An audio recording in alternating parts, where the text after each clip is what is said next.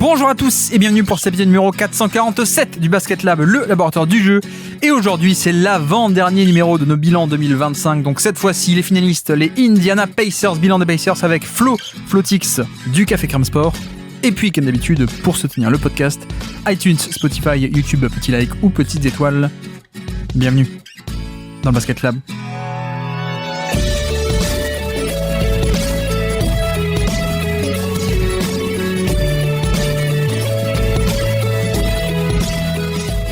Et donc, on se retrouve aujourd'hui pour un nouveau bilan 2025. Cette fois-ci, les Indiana Pacers, les finalistes, presque vainqueurs, à un match près, à une blessure près, pardon. On va en discuter justement. Et aujourd'hui, on reçoit l'influenceur français des Pacers, mesdames et messieurs. C'est comme ça qu'il est décrit dans tous les cercles privés. C'est Flotix aujourd'hui. Comment ça va, Flo ? Ça va super. Alors vraiment, c'est dans les cercles très très privés. Hein. On m'appelle comme ça dans le groupe fan des Pacers dans lequel on est 7. Tout simplement. C'est un cercle, ça reste un cercle. C'est donc, vrai. Donc ça compte, techniquement. Non, Flo, fan des Pacers, bien entendu, mais Flo qu'on t'a connu sur l'analyse, sur Café Crème Sport, tu interviens un peu partout en fait, hein, t'es un peu électron libre actuellement sur plein de podcasts différents, d'ailleurs dans le Basket Lab, notamment t'étais aussi chez Baptiste et Azad, le Dreamcast Show, j'en oublie ou pas, non ? Qu'est-ce que tu... Non, majoritairement, c'est que le cercle des médias français n'est pas aussi grand que celui des États-Unis. Mais ouais. Zach Lowe peut-être, non ? Pas encore ? Il m'a demandé, mais ça m'intéressait pas, il était trop petit. Après, en tant que fan des Pacers, t'as peut-être une chance de parler à Caitlin Cooper, hein, éventuellement. C'est vrai que je la suis beaucoup, ouais. Mais alors, je sais que je parle bien anglais, mais de là à assumer un podcast de 4 heures avec des mots très très poussés, j'ai peur de trébucher à droite à gauche quand même, on sait jamais. Ouais, c'est very difficult de speak la langue English, quoi. C'est effectivement. Bref, Flo, que vous connaissez aussi, hein, Basket Lab, t'as fait quand même plein de trucs déjà avec nous. C'était quoi dernièrement ? Le top 100, non ? Peut-être l'été dernier, le top 100, il me semble qu'on l'a fait ensemble. Bah, tu vois, il me semble que la dernière fois que je suis passé sur le top 100 avec toi, tu m'avais donné Aaron Nesmith. Donc vraiment, oui, c'est vrai. Thème, déjà. C'est vrai. Effectivement, donc bref, Flo, que vous connaissez, les bilans, vous connaissez le format, je pense, à ce stade de la publication des podcasts. Donc, bilan équipe par équipe pour 2025, pour bilan de la saison, donc, à travers le format des 10 stats de la saison, 5 chacun, 5 pour toi, 5 pour moi, ça fait 10 en tout, mais il y aura un peu de bonus, et puis c'est des stats qui soit sont intéressantes, soit sinon, servent un peu de prétexte à aborder plein de petits sujets. C'est pas forcé de rester sur la stat en elle-même, bien entendu. Et donc, sans plus tarder, je peux te lancer. Quelle est ta première stat du jour à nous présenter pour ces Indiana Pacers, Indiana Pacers 2025. La première stat que je vais donner, et clairement tu l'as dit, ça sert un peu d'exemple pour parler de la saison en entière. C'est une double stat. Je vais te dire, est-ce que tu saurais me dire à quoi correspond je vais te dire 40% et 70%. 70%, je dirais l'efficacité des Pacers à 3 points en play-off, non ? C'est pas un truc comme ça ? Ça aurait pu. Non, 40% et 70%, c'est un peu la saison des Pacers en deux parties. Parce qu'en fait, si on arrive un peu fin décembre, début janvier, sur les 25 premiers matchs, on est à 10 victoires. 40% de victoires. Et en fait, les 57 suivants, on est à 40 victoires, ce qui représente 70% de victoires. Et 70% de victoires, t'appartient au gratin de la ligue. Et je trouvais que c'était une bonne stat pour un peu démarrer notre discussion, parce qu'en fait, on a vraiment une saison en deux parties qui représente un peu la saison de fou qu'ont vécu les Pacers jusqu'au bout. Tu sors d'une saison de l'année dernière complètement exceptionnelle, tu commences la saison vraiment à la tête dans le seau. Moi, je me souviens commencer à écrire des tweets en majuscules en disant qu'est-ce qui va pas chez les Pacers, c'est la catastrophe. On était 12e de conférence avec 10 victoires et 15 défaites. Hashtag Cooper Flag, hein, d'ailleurs. mais à un moment donné, on était vraiment dans cette optique-là. Et en fait, sur un match contre Charlotte, il me semble, où on leur met un plus 35 dans le nez, et là, tout repart à la hausse. Rick Carlisle refait complètement son effectif, revoit ses rotations, et en fait, on repart avec un 70% de victoire sur la deuxième partie de la saison. Et les deux équipes les plus victorieuses sur l'année calendaire 2025, Oklahoma City et les Indiana Pacers. Donc, c'est complètement logique par rapport à ce qu'on a retrouvé jusqu'à la fin de saison, quoi. Je trouvais que c'était un bon exemple pour un peu démarrer notre discussion. Mais attends, tu parles de Charlotte. d'une victoire à Charlotte, mais il n'y a pas un match où vous perdez à Charlotte contre les affreux Hornets, qui est un peu le point le plus bas de la saison. Il n'y a pas un truc comme ça, non? Une défaite un peu honteuse contre les Hornets, ça te parle pas? Mais justement, en fait, alors celle-là, ça me parle pas spécifiquement, mais on a eu beaucoup de victoires honteuses pendant l'année, et en fait, ça représente un peu dramatiquement cette saison, c'est-à-dire qu'on avait des très très hauts et des très très bas. Et en fait, si tu vas dans Basket Référence, quand tu regardes, il y a une partie avec Game Results, avec des statistiques, un chart avec des lignes vertes et des lignes rouges. Ouais. Et en fait, ce qui est marrant, c'est que c'est complètement incohérent. Tu as des lignes vertes qui vont très très haut, ce qui représente une volée pour gagner, et tu as des lignes rouges qui sont très très bas, où en fait, quand on perd, mais on perd de 20 points. Donc, c'est vraiment une saison complètement aléatoire de la part des Pacers. Et en fait, à partir de janvier, une équipe qui se reprend totalement en main et qui est quand même assez folle, quoi. Ouais, tu veux dire, c'est pas cohérent parce que tu t'attendrais à ce que soit tu fais des grosses victoires, mais donc tes défaites, ce serait de pas beaucoup de poinns, soit l'inverse, quoi. Et là, il y a des barres dans les deux sens, deux extrêmes, quoi, effectivement. Ouais, Alors, Non, c'est assez fou parce qu'en fait, même si tu prends, tu prends le deuxième match de la saison, c'est contre New York, par exemple. Tu dis, bon, bah, moi je me souviens que j'étais hyper hype sur ce match parce que tu disais, bon, c'est la revanche de l'an dernier, on va leur remettre la tête dans le seau, etc. Boum, moins 25. Et en fait, quand tu te rapproches de la fin de la saison où tu es censé être un peu au top de ta forme, on va à Washington, on leur met 162 points dans la tête, sans prolongation, évidemment. Donc là, tu as un plus 50. Et match d'après, tu joues contre OKC et tu te manges un moins 20 dans le nez. Donc, et c'est tout le temps comme ça en fait toute la saison, et ça a été vraiment représentatif de l'état d'esprit des Pacers pendant toute la saison qui s'est perduré jusqu'en finale, quoi. J'ai trouvé le match en question, c'est le 8 novembre, donc tout début de saison, défaite d'Indiana, 103 à 83, 20 points dans les dents par les Hornets. Si on m'avait dit à l'époque que cette équipe-là irait en finale NBA jusqu'au Game 7 contre l'équipe la plus historique depuis quasiment 10 ans, j'y aurais pas cru. Mais non, mais alors en effet, moi j'avais aussi noté ça. Alors toi, tu parles en pourcentage de victoire.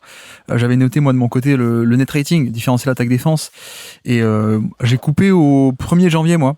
1er janvier. Et en fait, les Pacers, depuis le 1er janvier, avait tout simplement le 6e meilleur net rating, donc le 6e meilleur différentiel attaque-défense, qui est le critère un peu important et plus représentatif pour mesurer le niveau d'une équipe, hein, c'est le but du basket, différentiel attaque-défense.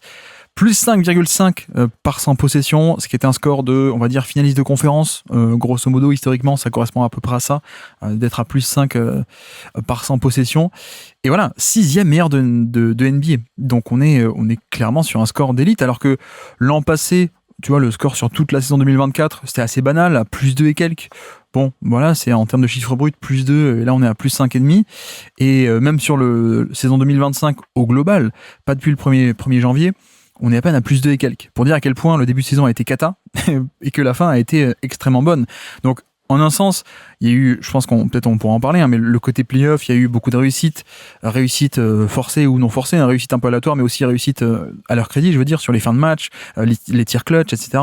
On pourra parler de tout ça, mais malgré ça, et modulo cette réussite chance forcée, bon, bah, au final, c'est quand même une équipe qui était sur une très bonne lancée. Donc, ça reste une surprise, mais peut-être pas à ce point où on pouvait penser si on était resté sur les standards de début d'année, quoi. Et que, voilà, si t'as une équipe qui a plus 5 de net rating par 100 possessions qui déboule en playoff, tu vois, je peux te citer d'autres exemples.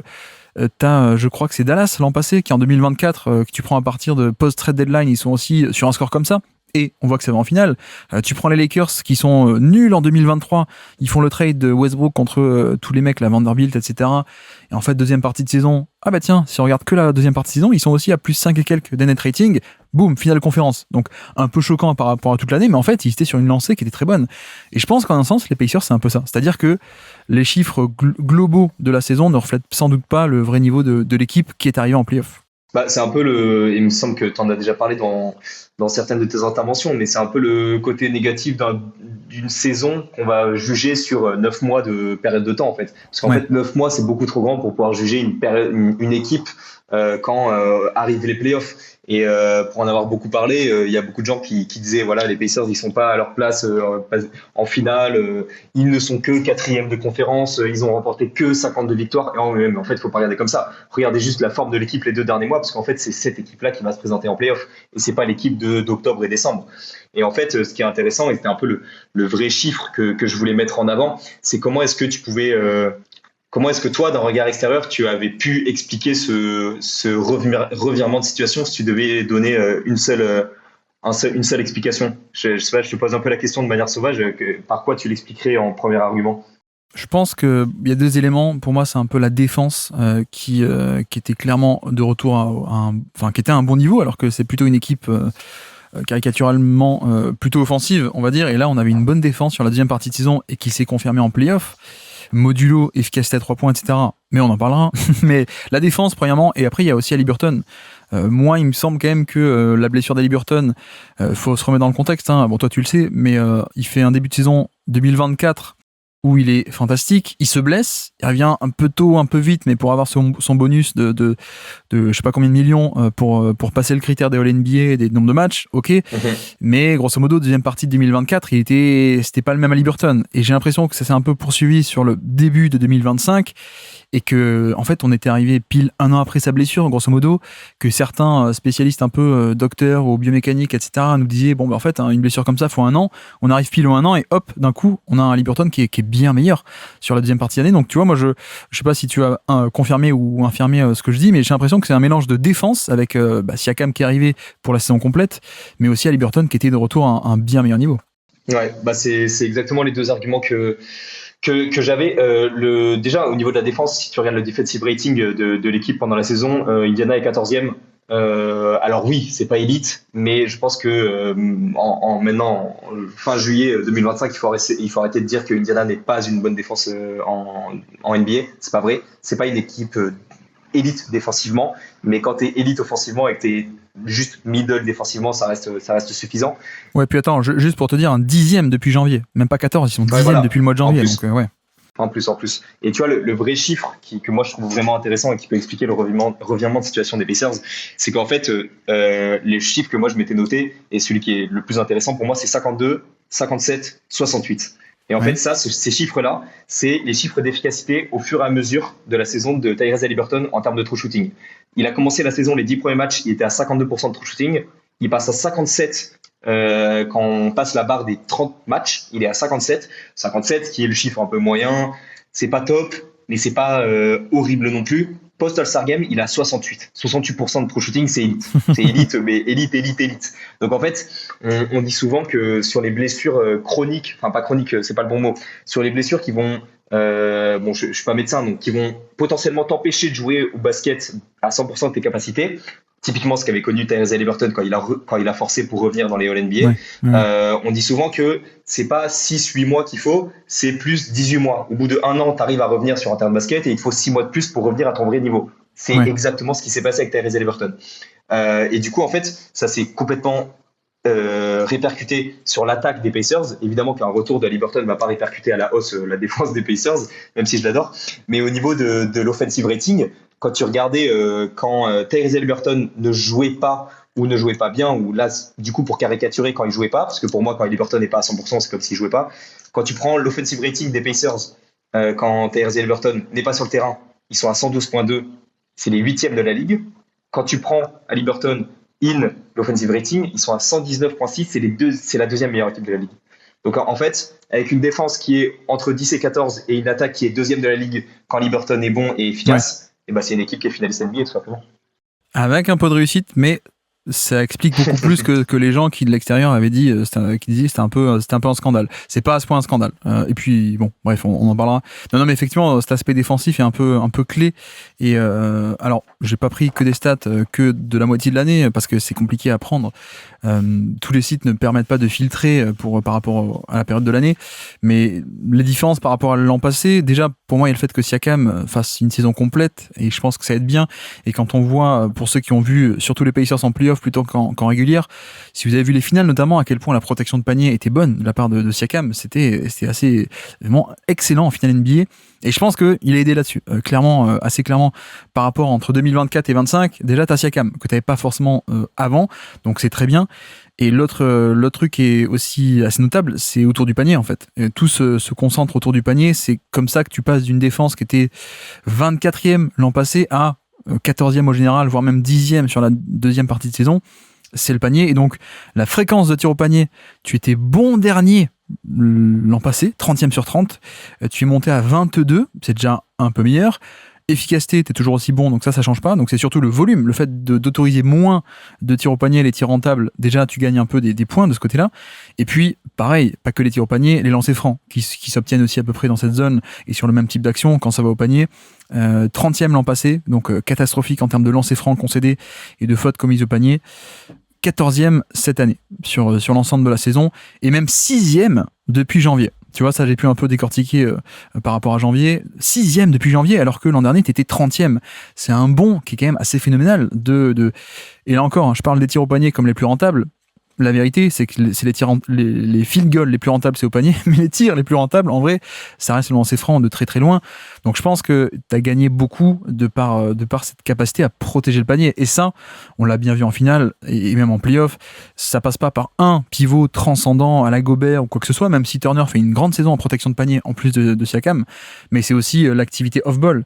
Et c'est des Nembhard, c'est des Nesmith, c'est même Haliburton qui était pas mal là-dessus aussi, c'est tout ce qu'on appelle les stunts, tu sais, depuis l'aile que tu descends boucher la tête de raquette, c'est l'activité un peu depuis l'aile comme ça qui est très active et qui en fait protège le panier non pas avec un mec mais avec parfois deux, parfois trois, parfois gêner le drive, etc. Et c'est un effort collectif et une orchestration qui a été très bien faite collectivement, je trouve, pour limiter les dégâts au panier. L'énorme tour de force qu'a fait Rick Carlisle depuis, je dirais un peu le All-Star Game 2024, je pense, parce qu'on a commencé à voir ce changement-là pendant les playoffs de l'an dernier. Ouais. Et c'est ce qui explique comment est-ce que, même si dans les chiffres, en fait, Indiana n'est pas une top équipe défensivement, elle est tellement forte de manière fonctionnelle dans les attaques efficaces, pour contrer les attaques efficaces de la NBA moderne. C'est ce que tu as dit. Rick Carlisle a compris que de toute façon, il n'allait pas avoir une protection au cercle élite de la part d'un Gobert, d'un Chet, etc. Donc en fait, il a juste contourné le problème en fermant toutes les lignes de drive et en étant suffisamment fort off-ball pour que en fait, les tirs au cercle ne soient plus empêchés, mais qu'ils soient juste rendus largement plus compliqués par de l'activité off-ball qui est monumentale. Et en fait, moi, je me rappelle quand Tyrese Haliburton il est arrivé à Indiana dans le trade de Sabonis, il y avait vraiment cette idée de on va le mettre on-ball parce que comme ça, plus on va le mettre on-ball, parce que ça c'est un peu une idée reçue et je sais que tu décris souvent, mais plus on... Il y a un peu cette idée, les bons défenseurs, on va les mettre on-ball. En fait, non, t'as plus intérêt à mettre Tyrese Haliburton on-ball, comme ça tu vas pas t'en occuper ailleurs et il va pas être négatif ailleurs. Et en fait, le fait de... Nous, je me souviens quand il est arrivé à Indiana, ça mettait beaucoup Tyrese Haliburton on-ball, parce qu'on se disait il est grand, il va être efficace, etc. Et en fait, c'est Andrew Nembhard qui a été énormément mis sur les porteurs de balles avec Aaron Nesmith. Et en fait, on met beaucoup de taille autour pour justement gêner toutes les lignes de drive. On ferme les lignes de drive, on met des stunts, on met des protections, on met de la protection au cercle. Pas forcément verticalement avec Miles Turner qui est le seul à faire ça, mais en fait, on met énormément de corps. Indiana est une des meilleures équipes en termes de passage, de provocation de passage en force, par exemple. Et en fait, cette activité et ce volume défensif, c'est de la défense moderne et c'est ce qui a énormément fonctionné. Et c'est d'ailleurs ce qui a, par exemple, je prends l'exemple de New York, ou même de chez Gilgeous-Alexander qui fait pas il a fait il fait 2 matchs qui sont assez cata en termes d'efficacité. Et en fait, ça a énormément gêné Jalen Brunson également, où les mecs n'ont plus de ligne de drive, tout simplement parce que t'as juste tout le temps en permanence des mecs qui sont en suractivité autour de, c'est pas forcément autour du cercle, mais vraiment autour de la raquette, quoi. Je crois que malheureusement, il fait 2 matchs kata dans les finales, mais il y en a un qui gagne quand même. C'est pas le match 4 là, à la fin de match un peu. C'est le match qui pour moi fait tourner la série parce qu'on est à 2-1 et même avec un Shea qui est pas au top de sa forme, on perd le match. Mais je me souviens avoir pleuré toutes les larmes de mon corps. Ouais, mais non, mais même sur les finales, hein, alors pardon pour le souvenir, mais même sur les finales, effectivement, il y a quand même. Alors, t'as 2 perfs où ça explose un peu au niveau de la défense, mais le reste, ça tient pas mal, quoi. Donc ouais, il y a quand même ce premier thème par rapport à la défense qui, à mon avis, est un peu la protection de panier de manière collective, on va dire, qui a fait que cette équipe était nulle l'an passé en défense ou pas très bonne, et petit à petit s'est transformée pour arriver jusqu'à donc deuxième partie de saison de cette année. Très très bonne par rapport au général et particulièrement au panier. Tiens, ma première stat du jour, moi, je l'ai pas encore donnée, je vais la donner. Partons sur ça. Partons sur 34 et 40,8. Moi aussi j'ai 2 en 1. 34 et 40,8. 34, c'est le pourcentage à 3 points défensif subi en playoff. Et 40,8, c'est le pourcentage à 3 points offensif de ces Pacers. Bon, c'est vrai qu'on a quand même dit du bien, on a quand même dit beaucoup de choses, et non pas que je vais en dire du mal, au contraire, mais je veux dire, on a dit beaucoup de crédit tactique à Rick Carlisle et à cette équipe qui est méritante, pardon. Tout de même, il y a cet aspect qui a été un peu une anomalie. Et quand on fait le bilan de cette saison, je pense qu'on ne peut pas passer à côté, et non pas pour le retirer du crédit, au contraire, mais tu vois, moi je penserais toujours, dans 50 ans, tu me parles des finales ou même des playoffs 2025, je te dirais, ah oui, l'année où les Pacers avaient envoûté tout le monde par rapport aux 3 points, c'est-à-dire qu'en face, les mecs mettaient aucun 3 points, et que eux en mettaient avec un rythme qui était absurde. Donc en fait, il y a vraiment ce double... lame à double tranchant. Alors, si vous avez écouté les podcasts en playoff, je m'excuse pour les répétitions, mais là, faisons un bilan global. C'est vrai que en dehors de la tactique, il y a eu ce petit boost aussi, et qui n'est pas forcément quelque chose que tu peux maîtriser. C'est quelque chose qui peut arriver. C'est pas anormal, ça peut arriver sur de petits échantillons. Les playoffs étant des séries de 5-6 matchs ou 7 matchs au maximum, bah c'est ce qui est arrivé. On est arrivé, et même l'ensemble. Hein. L'ensemble, c'est quoi combien de matchs en playoffs? C'est une vingtaine, peut-être un peu plus, je ne sais pas. Mais voilà, c'est un échantillon qui est très réduit, et donc il n'y a pas le temps que les pourcentages se normalisent. Et donc, ce genre d'anomalie un peu stat, ça peut arriver. Et c'est la faute de personne, c'est du crédit ou du discrédit à personne, c'est comme ça. Et en l'occurrence, moi je parle souvent de Jedi Defense. Enfin, c'est pas moi d'ailleurs, c'est cette Partno à l'époque qui avait parlé de ça, la Jedi Defense, donc on réutilise son terme, qui est grosso modo penser que c'est un peu sarcastique, hein, le terme de Jedi Defense, c'est un peu comme, tu sais, Obi-Wan Kenobi qui essaie de contrôler ce ne sont pas ses droïdes, et c'est un peu pour se moquer de comme si tu pouvais contrôler la réussite à 3 points adverse, parce qu'en vérité tu ne peux pas trop, c'est très aléatoire parce que tu affrontes plein de joueurs différents, donc t'affrontes plein de shooters différents.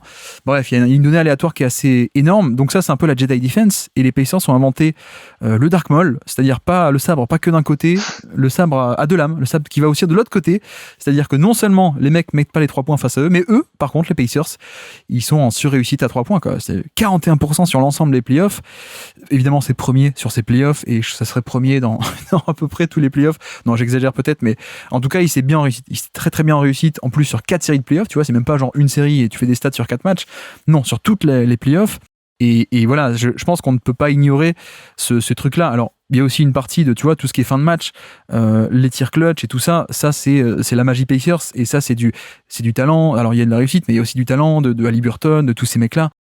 Il y a aussi une partie, je trouve, où l'aspect, si on le résume, l'aspect qui peut être aléatoire de la réussite au tir a plutôt penché en leur faveur. Et moi, le côté la série contre les Cavs, on est sur un truc où tu affrontes la meilleure équipe de NBA à 3 points, qui sur ta série shoot à 29%. Je veux dire, c'est quand même pas... Enfin, c'est pas de chance pour eux, c'est de la chance pour vous. Mais voilà, moi je pense que je garderai en tête pour toujours ce souvenir des Pacers, du Dark Maul des Pacers 2025, tu vois. Bah, tu vois, alors déjà, j'aime pas du tout la métaphore avec Dark Maul, parce que sur une série de 9 films, il n'apparaît que 12 minutes. Ouais, mais c'est un scandale, ça, d'ailleurs. Oui, je suis d'accord. Mais si on suit la métaphore, ces Pacers ne réapparaîtront plus jamais. Mais en fait, je vais un peu faire l'avocat du diable, parce que c'est souvent l'argument sur lequel beaucoup ont critiqué les Pacers, on va le résumer en de la chance. Mais du coup, en fait, pour un peu avoir torturé l'esprit pour expliquer cette chance-là, je pense que c'est pas autant de la chance qu'on veut bien le dire, parce qu'en fait, quand tu regardes énormément de matchs NBA, bon, comme c'est notre cas, mais également beaucoup de matchs des Pacers que j'ai vus cette année, je pense qu'il y a également des explications rationnelles à y trouver, sans que ce soit des explications mathématiques et stats avancées, mais c'est des explications plutôt rationnelles, parce que en fait, premièrement, si on veut expliquer le fait que les adversaires shootent moins bien en play-off, l'échantillon des équipes qui shootent bien comme les Cavs, sur l'entièreté de la saison, elles vont bien shooter contre des équipes avec une multitude de styles différents. Et en fait, le fait est que quand tu joues contre les Pacers, qui ont énormément d'activités, énormément de courses, énormément de volume défensif, comme on le disait tout à l'heure, où ça court partout, où ça te laisse très peu de lignes de drive, très peu de tirs ouverts, etc. En fait, forcément, tu es gêné dans ta prise de tir, ce qui fait que, rationnellement, ça peut expliquer une certaine efficacité qui chute un tout petit peu sur un échantillon qui va devenir 1 match, 2 matchs, 4 matchs, 6 matchs en playoff, forcément parce que grossièrement, tu n'as plus de jus en fait. Tu n'as plus de jus, tu n'as pas d'espace. Donc ça, c'est une explication que je pourrais donner pour expliquer cette baisse un peu d'efficacité de la part des adversaires des Pacers. Est-ce que je peux donner un contre-argument, monsieur le juge? Ouais, pour ce que ça vaut, très clairement. Non, pourquoi est-ce que si c'est à ce point lié à la défense, à la contestation, etc., pourquoi par exemple au match 3 des finales NBA, tu encaisses 48% des 3 points et au match 5, 45%? Alors que c'est les mêmes joueurs qui contestent avec la même intensité, je suppose. Parce que tout ça, tu l'as dit toi-même, parce que pour moi, il y a une question d'échantillon. Sur un échantillon de 1 match, ça peut tourner dans un sens comme dans l'autre. Par contre, sur une série de playoffs de 24 matchs, les adversaires des Pacers sont tellement peu habitués, et je pense que même toi, tu l'as dit que Rick Carlisle, est-ce que c'est pas ce qui est en train de mettre en place Rick Carlisle au niveau offensif et défensif, qui est un peu d'être moi j'en parle souvent d'être la prochaine révolution en NBA, avec une vision un peu plus une vision géométrique où il voit le terrain en entier finalement, où finalement il y a eu de nombreuses interviews de joueurs comme Donovan Mitchell qui sont sortis de la série en disant j'ai jamais été aussi claqué que de jouer contre des mecs comme ça quoi. Et en fait, est-ce que cette efficacité à la baisse ne vient pas de la part des Pacers qui ont tout simplement amené une vision un peu différente d'une défense et de comment voir le basket en fait finalement. Et tu vois en fait même offensivement pour apporter également une explication de comptoir on va dire, mais en fait tu vois ce boost d'efficacité qu'on peut connaître avec les Pacers, en fait il y a tellement un style de jeu qui est particulier où tu vas multiplier l'échantillon en fait, tu vas avoir plus de courses, plus de tirs et du coup ça va multiplier automatiquement et mathématiquement, ça va multiplier ton nombre de tirs ouverts. Et du coup, ça va multiplier tes chances de mettre dedans, ça va multiplier ton habitude au cours du match, etc., au niveau motriciel. Et finalement, en fait, est-ce que ça va multiplier tes chances de bons tirs? Et du coup, moi, ça ne m'étonne pas que 2 playoffs de suite, là, tu commences à arriver sur un échantillon de 40, 45, 50 matchs, finalement, où tu as une efficacité qui est meilleure en playoff. Donc, moi, j'ai tendance à minimiser cette part de chance qu'on peut donner, en fait. Alors, moi, ce que j'aime pas, c'est quand on utilise cet argument de la réussite à 3 points pour critiquer et pour dire c'est que ça. Ça, effectivement, je trouve ça un peu... je suis pas d'accord. Je suis pas du tout d'accord. D'ailleurs, on a commencé par la tactique et par dire ce qu'ils font de bien, etc. Mais effectivement, un peu la caricature de dire non mais en fait, ils sont là que parce qu'il y a de la réussite à 3 points de leur côté où il y en a pas contre eux. Non, ça me paraît beaucoup trop caricatural. Mais c'est vrai que ce qui est intéressant par rapport... bon, je suis pas étonné qu'un fan des Pacers se tente de rationaliser l'affaire, évidemment. Non, mais parce que je me suis creusé la tête, justement, pour... Bien sûr, bien sûr. Non, blague à part, je plaisante évidemment. Blague à part, il y a un truc intéressant que tu dis, c'est que, mine de rien, pour moi, c'est une anomalie totale. Hein. Tu vois, quand t'as un mec, on en parle mais Nembhard, qui est un non-shooter et qui te met 48% de ses 3 points, bon, pour moi, on est un peu anomalie. Mais ce qui est intéressant, c'est que ça fait quand même 2 post-season que ce qui se passe ça. Donc, tu vois, voilà, d'un point de vue probabiliste, il y a un truc où tu te dis, ça commence, enfin, c'est peut-être pas rien, si c'est quand même deux playoffs d'affilée. Et l'aspect intéressant aussi que tu développes, c'est le côté, et d'ailleurs, on avait beaucoup parlé l'été dernier avec Titouan, qui avait fait le bilan des Pacers avec nous, la prochaine révolution du jeu, le mouvement et l'aspect d'exploiter totalement le terrain. Et finalement, pourquoi est-ce qu'on se limiterait à jouer sur demi-terrain? Pourquoi est-ce qu'on pourrait pas utiliser l'entièreté du terrain avec en plus le symbole de ça, c'est le système NFL, les systèmes NFL qui font là, avec sur des mises en jeu. 2-3 fois, ouais. Exactement, et qui utilisent tout l'espace du terrain plutôt que juste le demi-terrain.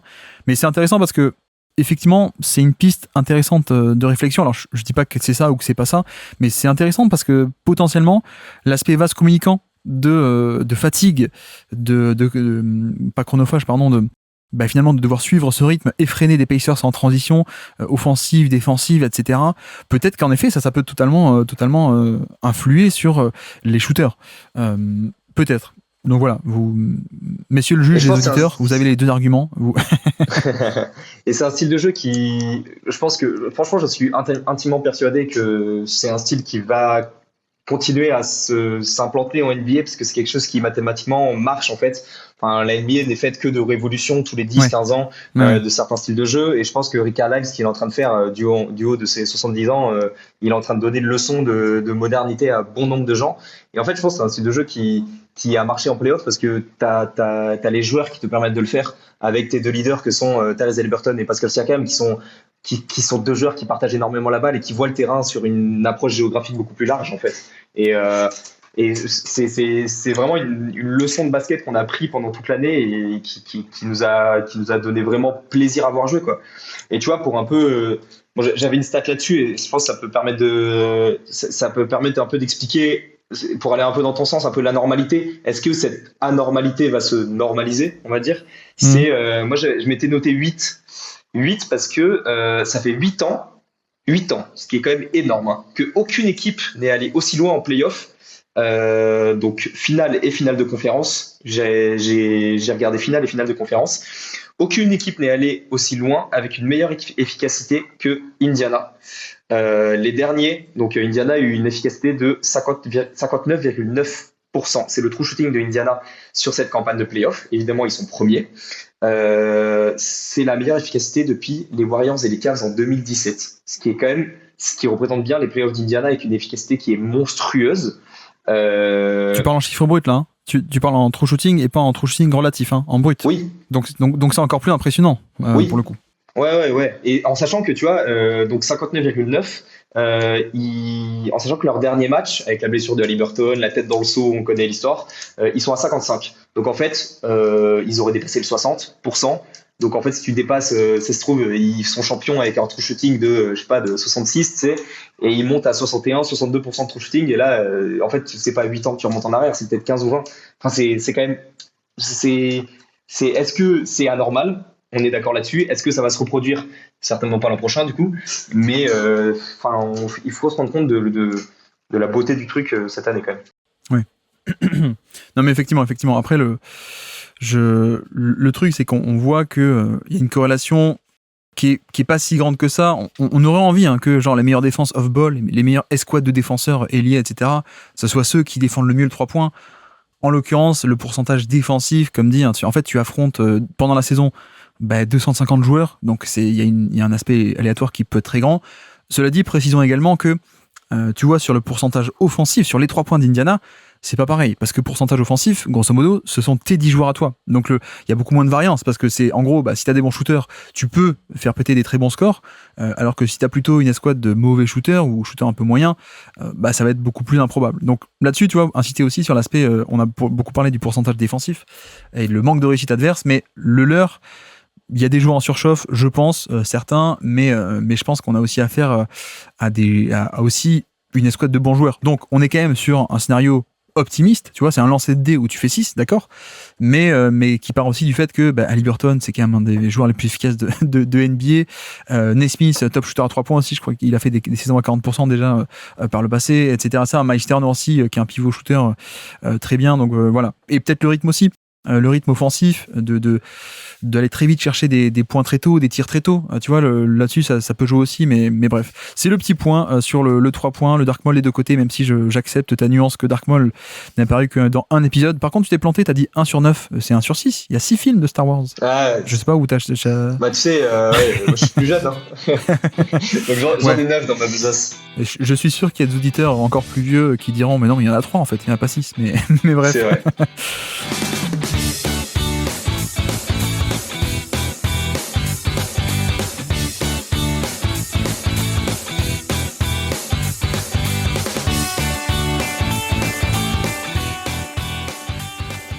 Donc avançons, on a passé beaucoup de temps, mais c'était bien de le faire sur ce début de podcast. Quelle est donc ta deuxième stat du jour à nous présenter officiellement pour ces Pacers 2025 ? Je vais profiter d'une de tes dernières phrases où tu as mentionné le mot beaucoup de courses, avec pour moi un des trucs qui représente, on en a parlé, parce qu'on a dit beaucoup de choses, mais on en a parlé de ce fameux jeu des possessions à la manière de Indiana. Le chiffre que j'ai pris, c'est 20%, soit 1 sur 5. Est-ce que tu as une idée? C'est un régime de tir. C'est du rebond. Est-ce que tu as une idée Et non, c'est les tirs qui sont pris entre 18 et 24 secondes par l'attaque des Pacers. Oui. Et en fait, quand tu regardes autour de qui ils sont, je crois qu'ils sont troisième, non, deuxième. C'est l'équipe qui en prend le plus au milieu de Chicago, Toronto, Atlanta, San Antonio et Washington. Ce qui est une belle brochette d'équipes catastrophiques. Et du coup, bon, évidemment, Washington courait énormément cette année. L'efficacité, c'en est une autre. Et en fait, c'est quand même, c'est pour ça que j'ai appelé ça le jeu des possessions de façon Indiana, parce qu'en fait, on a l'habitude de donner le nom des jeux des possessions avec le fait d'avoir plus de possessions que l'adversaire. Typiquement, les Houston Rockets de cette année. Mais Indiana, c'est pas ça, parce que eux, au niveau des rebonds, quand tu prends le pourcentage de rebonds de l'équipe, ils sont à 48,3% des rebonds défensifs, ce qui représente la 3e moyenne de NBA. Ils prennent moins d'un rebond sur 2 disponibles. C'est cataclysmique et c'est très frustrant quand tu regardes un match de Indiana parce que ils prennent pas un caillou, quoi. Et moi je trouve ça complètement fou. Quand tu regardes le score sur transition, ils sont à 53,3% de leurs tirs qui sont en transition. Et pourtant, ce qui est fou, c'est que quand la NBA, ce qui compte en ce qu'ils appellent transition, c'est même pas ce que font les Pacers. Parce qu'en fait, la NBA, ce qui compte en transition, c'est je prends un rebond défensif et je cours. Ou alors je fais une interception, je cours, je fais un contre, je cours. Sauf qu'à Indiana, en fait, ils font pas ça. Évidemment qu'ils font tout ça. Sauf que Indiana, quand ils prennent un panier, ils courent aussi. Et du coup, en fait, ce chiffre de 53,3%, il sous-estime l'attaque que Rick Carlisle a su mettre en place cette année. Et ça, je trouve ça quand même complètement fou. Et il y a Seeking Basketball qui avait sorti une vidéo qui s'appelle The Pacers Beautiful Game Offense is Relentless and Magical. Et je pense que ça représente tout à fait ce qu'a réussi à faire, ce qu'a réussi à mettre en place le génie offensif qui est en train de révolutionner la NBA, Rick Carlisle. Alors attends, les Pacers ont une attaque de couleur bleue, c'est ça? J'ai pas compris, je parle pas anglais moi. Non, relentless, c'est ça, donc infatigable, et c'est quoi le terme que tu avais dit? Magical. Beaucoup magical. Plus facile à comprendre. Magique, tout à fait. Non mais alors c'est intéressant parce que, en fait pour moi c'est un peu, on est 20 ans après, et en fait c'est la réinvention, mais survitaminée, en fait des Suns de Mike D'Antoni. Ben ouais, des 7 seconds or less, hein, en fait. On est clairement là-dessus. Il y avait un truc avec les Suns. Moi, quand la vidéo de Seeking Basketball était sortie, je m'étais refait des matchs des Suns. Ouais. Et en fait, bon, c'est relatif à la période évidemment, mais tu avais quand même une image que je décris, que je critique, de Steve Nash, où il avait quand même une vision de meneur gestionnaire, où tu sais, et ben maintenant qu'on a pris le panier, ok. Et les gars, on remet un truc en place, on connaît, il faut mettre un système en place, etc. Donc quand les Suns prenaient un panier, Steve Nash, il mettait son petit système en place et c'était parfait, il n'y a pas de souci. Sauf que Tyrese Haliburton, il fait pas ça. Tyrese Haliburton, il prend un panier, il prend la balle, il balance. Donc... Mais c'est pour ça que je te dis, c'est la version survitaminée et updatée par rapport au standard d'époque, enfin d'aujourd'hui, mais parce que justement à l'époque, ça partait de tellement lent et tellement loin que les Suns sont arrivés et se sont détachés de la concurrence en accélérant le jeu. Mais finalement, ce qu'ont fait les Suns, c'est devenu même moins que la norme d'aujourd'hui. Aujourd'hui, ça accélère pas mal. Il y a moins de mise en place de systèmes lents et tout. Donc, en fait, pour se détacher avec la même distance, par rapport à la moyenne que les Suns l'ont fait par rapport à l'époque, il faut survitaminer tout ça, quoi. Donc, on a des Pacers qui, et c'est là aussi, tu vois, où les stats de transition, ça fait 2 ans que je le répète sur le basket là, mais sont un peu trompeuses parce que tu vas voir les stats, tu te dis, ah ouais, moi qui pensais qu'ils étaient rois de la transition, ils sont 7e en fréquence de contre-attaque et 5e en efficacité, ouais, je m'attendais à premier, quoi. Et en fait, oui, ils sont premiers. C'est juste que de la manière dont sont comptées la transition sur Cleaning the Glass, le site de stats, en fait, c'est la transition, c'est soit après une interception ou après un rebond. Or, les Pacers accélèrent également, comme tu le dis très bien, après un panier marqué. Et là, il y a un effet démoralisant aussi, je veux bien le croire. Et tu vois, par exemple, les Cavaliers, qui dans la série, parfois, devaient travailler comme tout le monde, 10, 15, 18 secondes pour obtenir un tir de qualité. Ils le mettent, ils sont contents, et ils clignent des yeux, et 3 secondes plus tard, il y a un 3 points ouvert pour Miles Turner, et qu'il rentre, quoi. Et en 4 secondes, ton effort, toi, offensif, a été effacé parce qu'il y a un mec qui a mis le même tir ou même plus de points que toi, quoi. Donc cette transition est un peu l'identité forte des Pacers. Et on revient aussi sur l'idée de essayer d'exploiter le terrain, l'entièreté du terrain, en fait. Il y a le mouvement, mais il n'y a pas que le mouvement. Il y a aussi la donnée un peu géométrique presque, de dire jouons sur, alors il parle en pied, sur 94 pieds plutôt que sur juste le demi-terrain, et c'est ultra important. Et on voit que là où je me dis que c'est peut-être la prochaine révolution, et je l'avais dit un peu l'an dernier, mais la saison 2025 le confirme, c'est que je pense que les résultats offensifs sont une maximisation, même plus qu'une maximisation, du talent pur des Pacers, qui sont pas du tout... tu vois, tu prends les individualités, je pense pas qu'on soit sur un effectif qui est top 5 attaquant en talent pur de NBA. Par contre, le rendement, lui, il l'est. Donc là, forcément, quand tu trouves un système de jeu qui fait que tu prends un groupe de niveau X et que le rendu final, post-tactique, c'est rendu X au carré ou X fois 2 millions, bah c'est intéressant, quoi. Je pense que certains vont peut-être devoir copier. Et moi, j'ai essayé, en préparant l'épisode avec toi aujourd'hui, j'ai essayé de trouver la stat qui pourrait vraiment rendre hommage à cette attaque des Pacers. Et en fait, pour moi, elle n'existe pas encore parce que, en fait, ils imposent un tel bordel dans la défense adverse. Ils imposent un chaos permanent avec leurs courses. C'est-à-dire que même quand ils vont pas tirer ou attaquer le cercle, etc., le fait d'être tout le temps en mouvement et le fait de tout le temps courir sur tout terrain, etc., tu vois, l'exemple des Cavaliers, il est parfait parce qu'en fait, c'est un problème qu'ils ont eu largement avec leur double big line-up. Et c'est ce qui a. Alors, vraiment, tout le monde a critiqué OKC de ne pas remettre Isaiah Hartenstein dans le 5, etc. Mais parce qu'ils n'avaient pas le choix, en fait. Ils n'avaient pas le choix parce que tu es tellement en train de courir en permanence que tes grands, ils n'ont pas le temps de replier. Et même si tu ne tires pas, en fait, au bout de à la 21e seconde sur 24, il y a déjà. C'est déjà le bordel dans la défense et tu as déjà des pré-switch qui sont déjà faits en fait. Et du coup, il y a déjà des mismatchs. Et Pascal Siakam, pourquoi est-ce que Pascal Siakam est le joueur le plus efficace au post-up de NBA? Tout simplement parce que une action sur deux, il va se retrouver avec beaucoup de courses et il va se retrouver parce que le joueur le plus près de lui au moment où l'attaque des Pacers devient dangereuse, c'est un petit en fait. Ils sont tellement tout le temps en train de courir et tellement en train de mettre du rythme en permanence que les pré-switch, en fait, il y en a en permanence. Et les missions défensives de chaque joueur sur tel ou tel joueur, en fait, ils sont jamais respectés. À part sur Tyrese Haliburton, parce que le mec va le prendre tout terrain. En fait, si jamais Hartenstein et Chet Holmgren sont sur le terrain en même temps, en fait, OKC ne pouvait pas se le permettre parce que les Pacers allaient tellement être en train de courir en permanence que en une demi-seconde, tu allais te retrouver avec Hartenstein sur Mathurin ou Nembhard, en fait. Et ça, tu peux pas te le permettre. Et du coup, ça te laisse 20 secondes où les Pacers ils vont se faire plaisir à exploiter les mismatchs. Donc c'est catastrophique pour les défenses NBA, quoi. La différence aussi avec Phoenix, c'est le 3 points. Parce que quand ça a balancé devant les Suns de D'Antoni et Steve Nash, en fait, on était aussi dans une NBA, c'est eux qui ont lancé ça, le côté prendre des 3 points.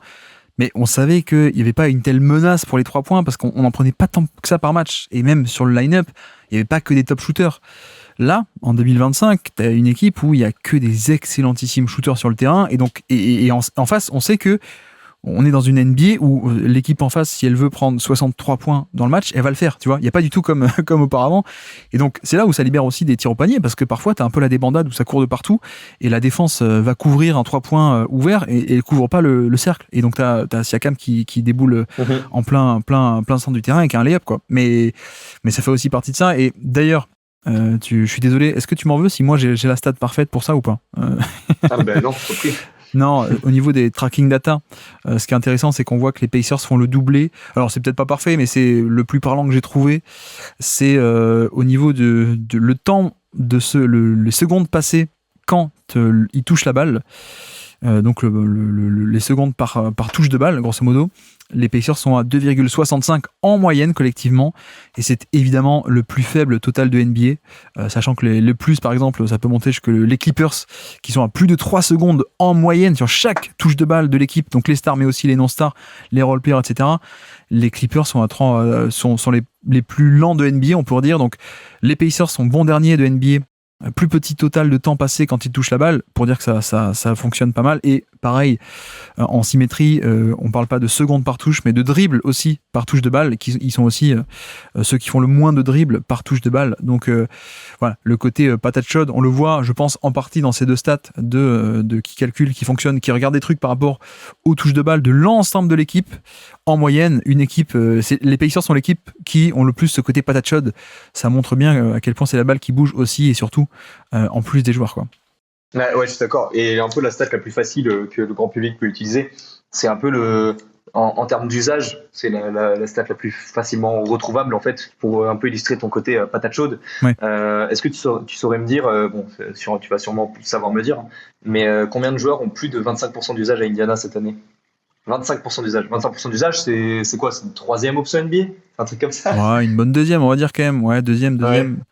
Peut-être à Liberton, mais même pas. S'il doit passer le cut d'un peu, et peut-être Siakam, mais deux maximum, non? Et bah, zéro. Zéro, ouais. Il y a Ok. vraiment zéro joueur qui ont plus de 25% d'usage. C'est dire à quel point il y a un partage de la balle. Et bon, c'est aussi un problème, et j'ai une stat pour illustrer ça juste après. Mais voilà, Siakam est à 24%. Le deuxième, c'est McConnell avec 23%. Et quand tu as des Bennett Mathurin, des Tyrese Haliburton ou des Miles Turner qui sont à peine au-dessus de 20%, enfin 20%, c'est une stat de role player plus, quoi. Et ça montre vraiment le côté partage de ballon ultime. On est tout le temps en train de courir, de se passer la balle. Et ça représente un peu la révolution carrière, quoi. Tu parles de l'usage, le volume de responsabilité de Basketball Référence, hein, on est d'accord. Exactement, Ouais, exactement. sur Kings of Glass, ils sont un peu plus élevés les chiffres parce qu'on inclut le passing. Donc je crois qu'à Mais Liberton c'est passe toujours le pas. cut. Mais non, mais c'est 25,4, tu vois, donc c'est pas, Mm. c'est pas une révolution. Mais voilà, s'il y a un truc à retenir, c'est peut-être ça, c'est le côté, en termes de secondes passées par touche de balle ou de dribble par touche de balle, bon dernier, et même, en plus, c'est les mecs où il y a le plus de touches de balle dans une équipe. Tu vois, ça aussi, c'est marrant de voir que, donc il y a les Warriors et leur motion offense qui sont premiers, à 451 fois, le ballon est touché, donc une possession, un joueur qui possède la balle, les Warriors premiers et Pacers deuxième, donc beaucoup de circulation de ballon. Bref, vous avez bien compris le propos. Tiens, ma deuxième stat du jour, moi je vais partir sur 30,6 justement. 30,6, c'est la fréquence de tir au panier. Et elle est pas si bonne que ça, elle est 20e, la fréquence de tir tenté au niveau du panier. 30% de leurs tirs sont faits dans cette zone. Et ce qui est étonnant, c'est que tu prends les années 2021, 22, 23, 24, ils étaient plutôt sur des scores d'élite, hein, sur 2e, 4e, 8e, 3e plus grande fréquence de tir tenté au niveau du panier. Donc pourquoi est-ce que cette année c'est tombé à 20? C'est un peu étonnant. Au niveau des drives, ils font 50 drives par match.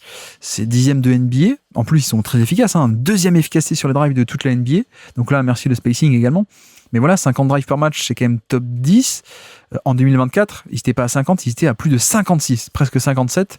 Et donc là, c'était clairement deuxième meilleur de NBA en fréquence. Donc, ça chute un peu au niveau des drives, premièrement. Au niveau des cuts aussi, cuts, c'est un peu la catégorie, tu sais, des catch and finish, des tirs un peu au panier, voilà, où tu t'amènes pas le ballon toi-même jusqu'au panier, ça c'est un drive, une pénétration. Cut, c'est autour du panier. Bon, cette année, ils sont quasiment à 8 cuts. Enfin, avant, pardon, ils étaient à 8 cuts par match et c'est tombé à 6,7. Donc, il y a un peu de baisse de ce point de vue-là. Niveau individuel, chacun a baissé un peu en termes de drive. Donc, McConnell de 14 à 11, Haliburton de 12 à 11. Bon, ça bouge pas trop, Haliburton. Siakam a beaucoup baissé, de plus de 11 à 6 par match. Donc là, ça a un peu chuté. Nesmith, ça bouge pas. Nembhard, ça bouge pas. Voilà, grosso modo, pour les joueurs principaux de l'équipe. Il y a un peu plus de pull-up qu'avant, donc peut-être qu'on l'explique comme ça, de 21 pull-up à 24, presque 25 par match, peut-être.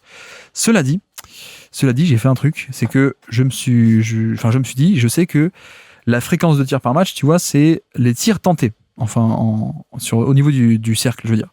C'est que quand le tir est tenté. Je suis allé regarder, par curiosité, ce qu'on appelle les paint touches, donc les touches dans la peinture. Donc, quand tu vas dans la peinture, mais pas forcément en prenant le tir, quoi, tu vois. Et en fait, au niveau des touches dans la peinture, on était l'an dernier à 22 et quelques, et on est cette année à 21,7. Donc en fait, ça n'a pas changé. C'est juste qu'en fin de drive, ils prennent moins de tirs, pour une raison laquelle je ne sais pas trop. Peut-être que ça fait des kick-out un peu plus, peut-être que quand ça arrive dans la peinture, ça Totalement. prend des flotteurs.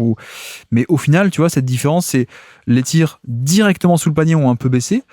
Mais en fait, quand tu regardes le nombre de fois où ils pénètrent dans la raquette, bah, ça n'a pas changé. Donc c'est juste la finalité du drive qui est un peu différente, légèrement différente. Et de l'autre côté, il y a un peu moins de tirs sous le panier, mais en fait, ces tirs se sont aussi reportés sur la zone des flotteurs. Donc c'est juste qu'ils font à peu près les mêmes drives, mais ils s'arrêtent un peu avant, en moyenne, on va dire. Ils prennent un peu plus de flotteurs plutôt que des tirs, des lay-ups au panier, quoi. Bah, tu vois, moi, j'aurais trois explications à ça. Ouais. Mais j'ai envie de les assassiner, de pas être une attaque suffisamment élite pour avoir des tirs au cercle, hein, premièrement, déjà.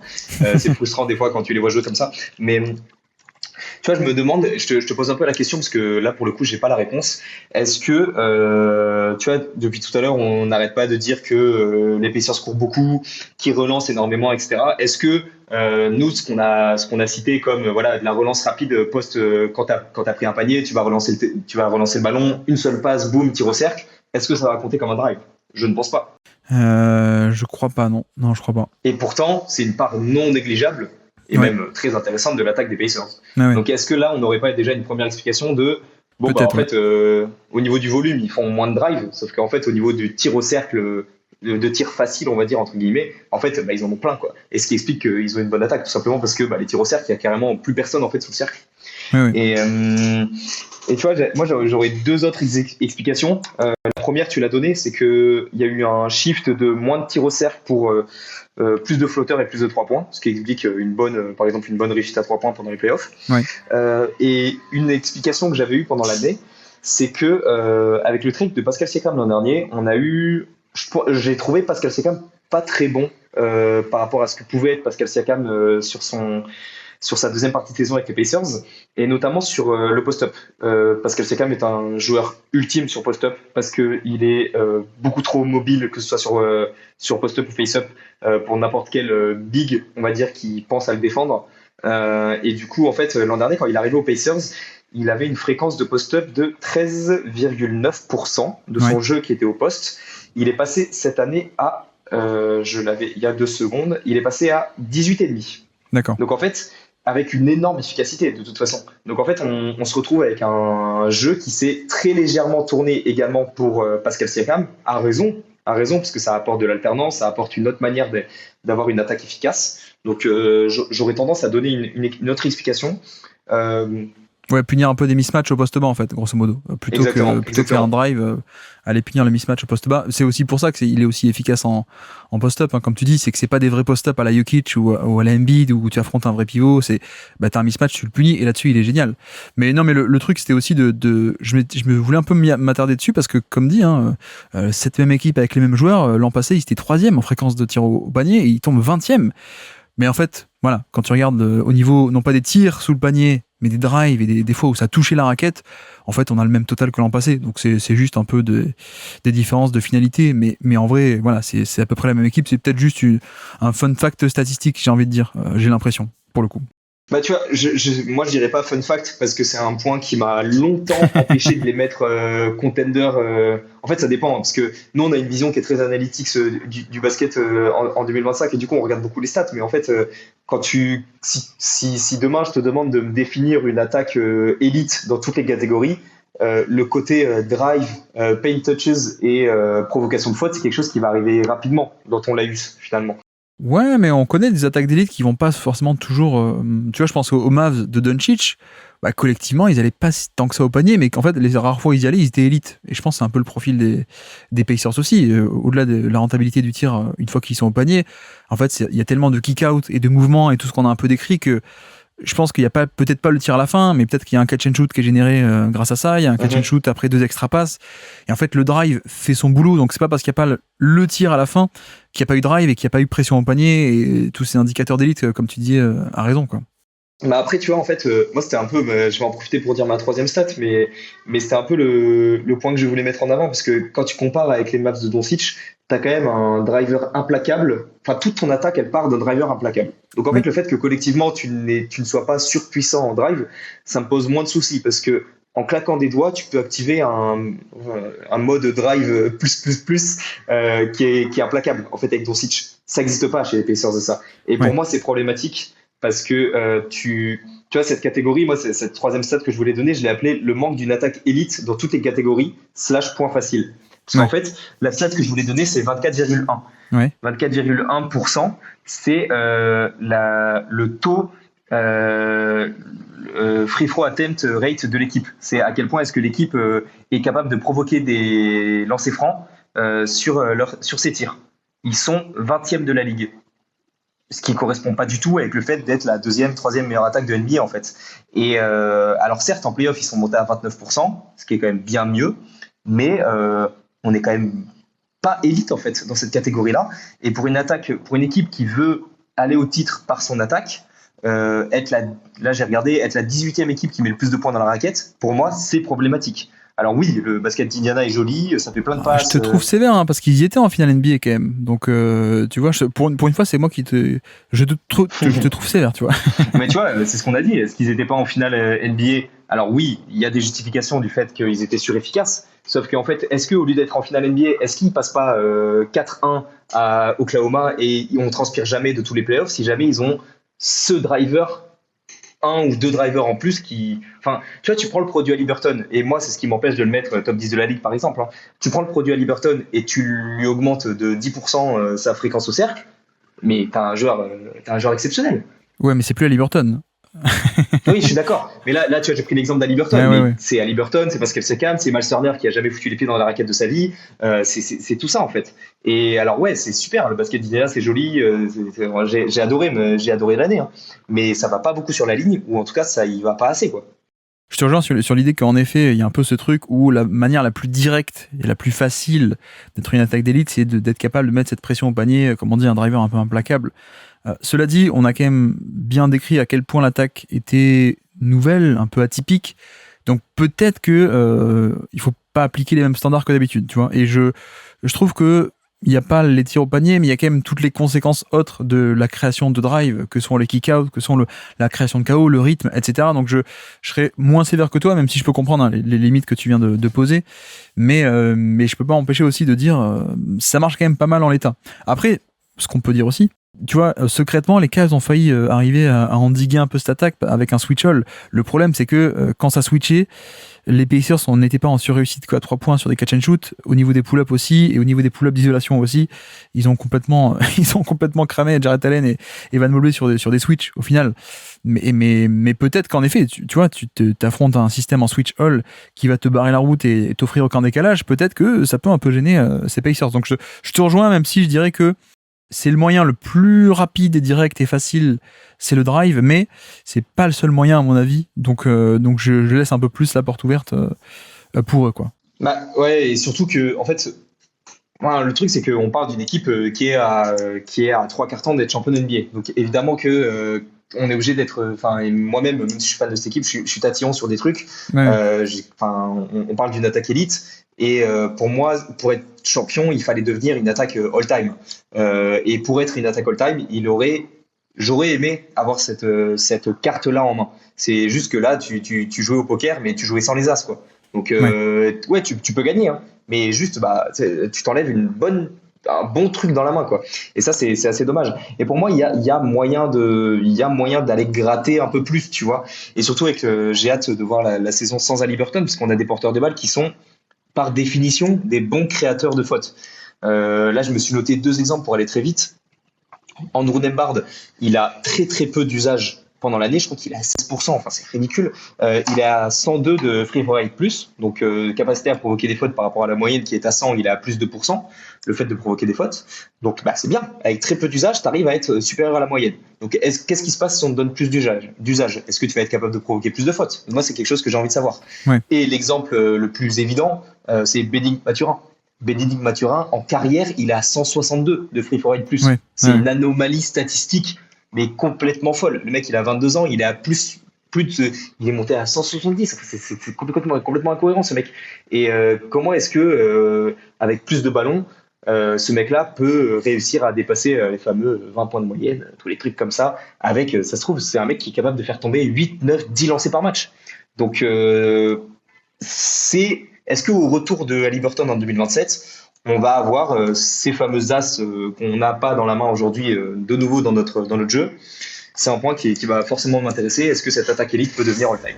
Là où je te trouve aussi un peu sévère, c'est que ça n'arrive que cette année. Et tu vois, on a vu cette équipe qui a fait 3e l'an passé, 8e il y a 2 ans. Donc c'est aussi pour ça que je suis un peu moins alarmiste sur le côté il n'y a eu pas de tir au panier. C'est peut-être juste que cette année ces tirs là ont été ailleurs, mais ok, j'entends ta nuance.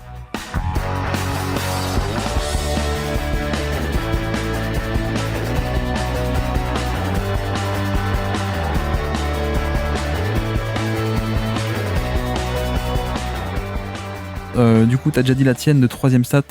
Donc ma 3e stat du jour, tiens, allons sur celle-là. Continue un peu la conversation. Moi, c'est 0, mais 0 avec un point d'interrogation, en fait. 0 parce que je suis pas sûr, mais en même temps, j'arrive pas à trouver d'autres. C'est le nombre de saisons où j'ai trouvé plus de 25% d'usage, mais donc de cleaning the glass. 25% d'usage, donc c'est quand même un bon volume, on va dire.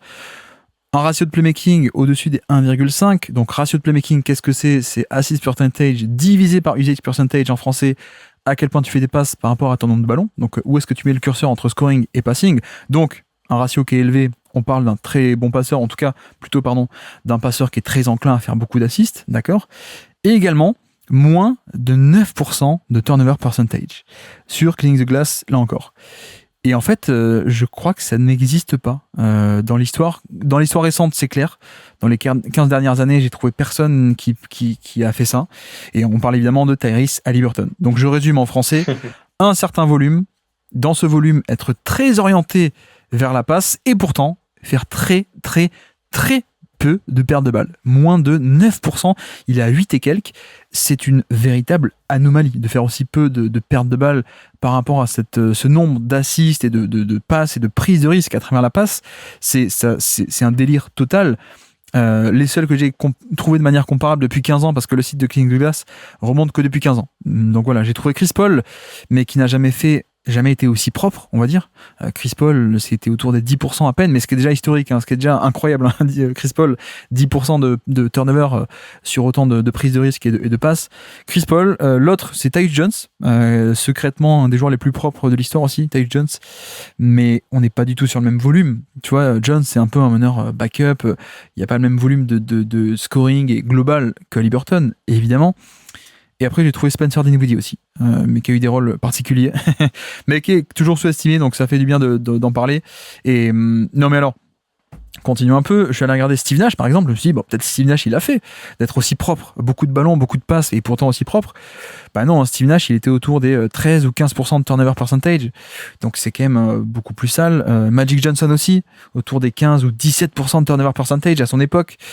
Donc voilà, même sur Basketball Référence. Alors, sur Basketball Référence, les pourcentages sont un peu plus élevés.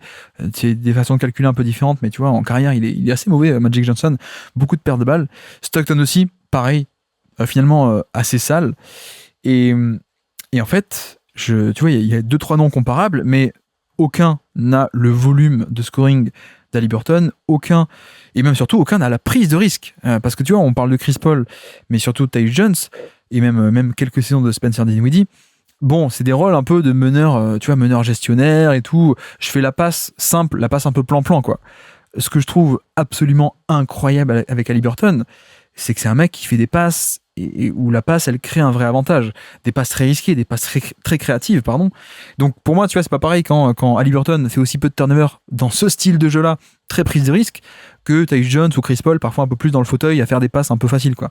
Donc ça, premier point. Et puis, deuxième point, c'est le scoring. Et même, tu vois, enlevons l'aspect du ratio de playmaking. Tu vois, le côté à quel point tu fais des passes. On l'enlève.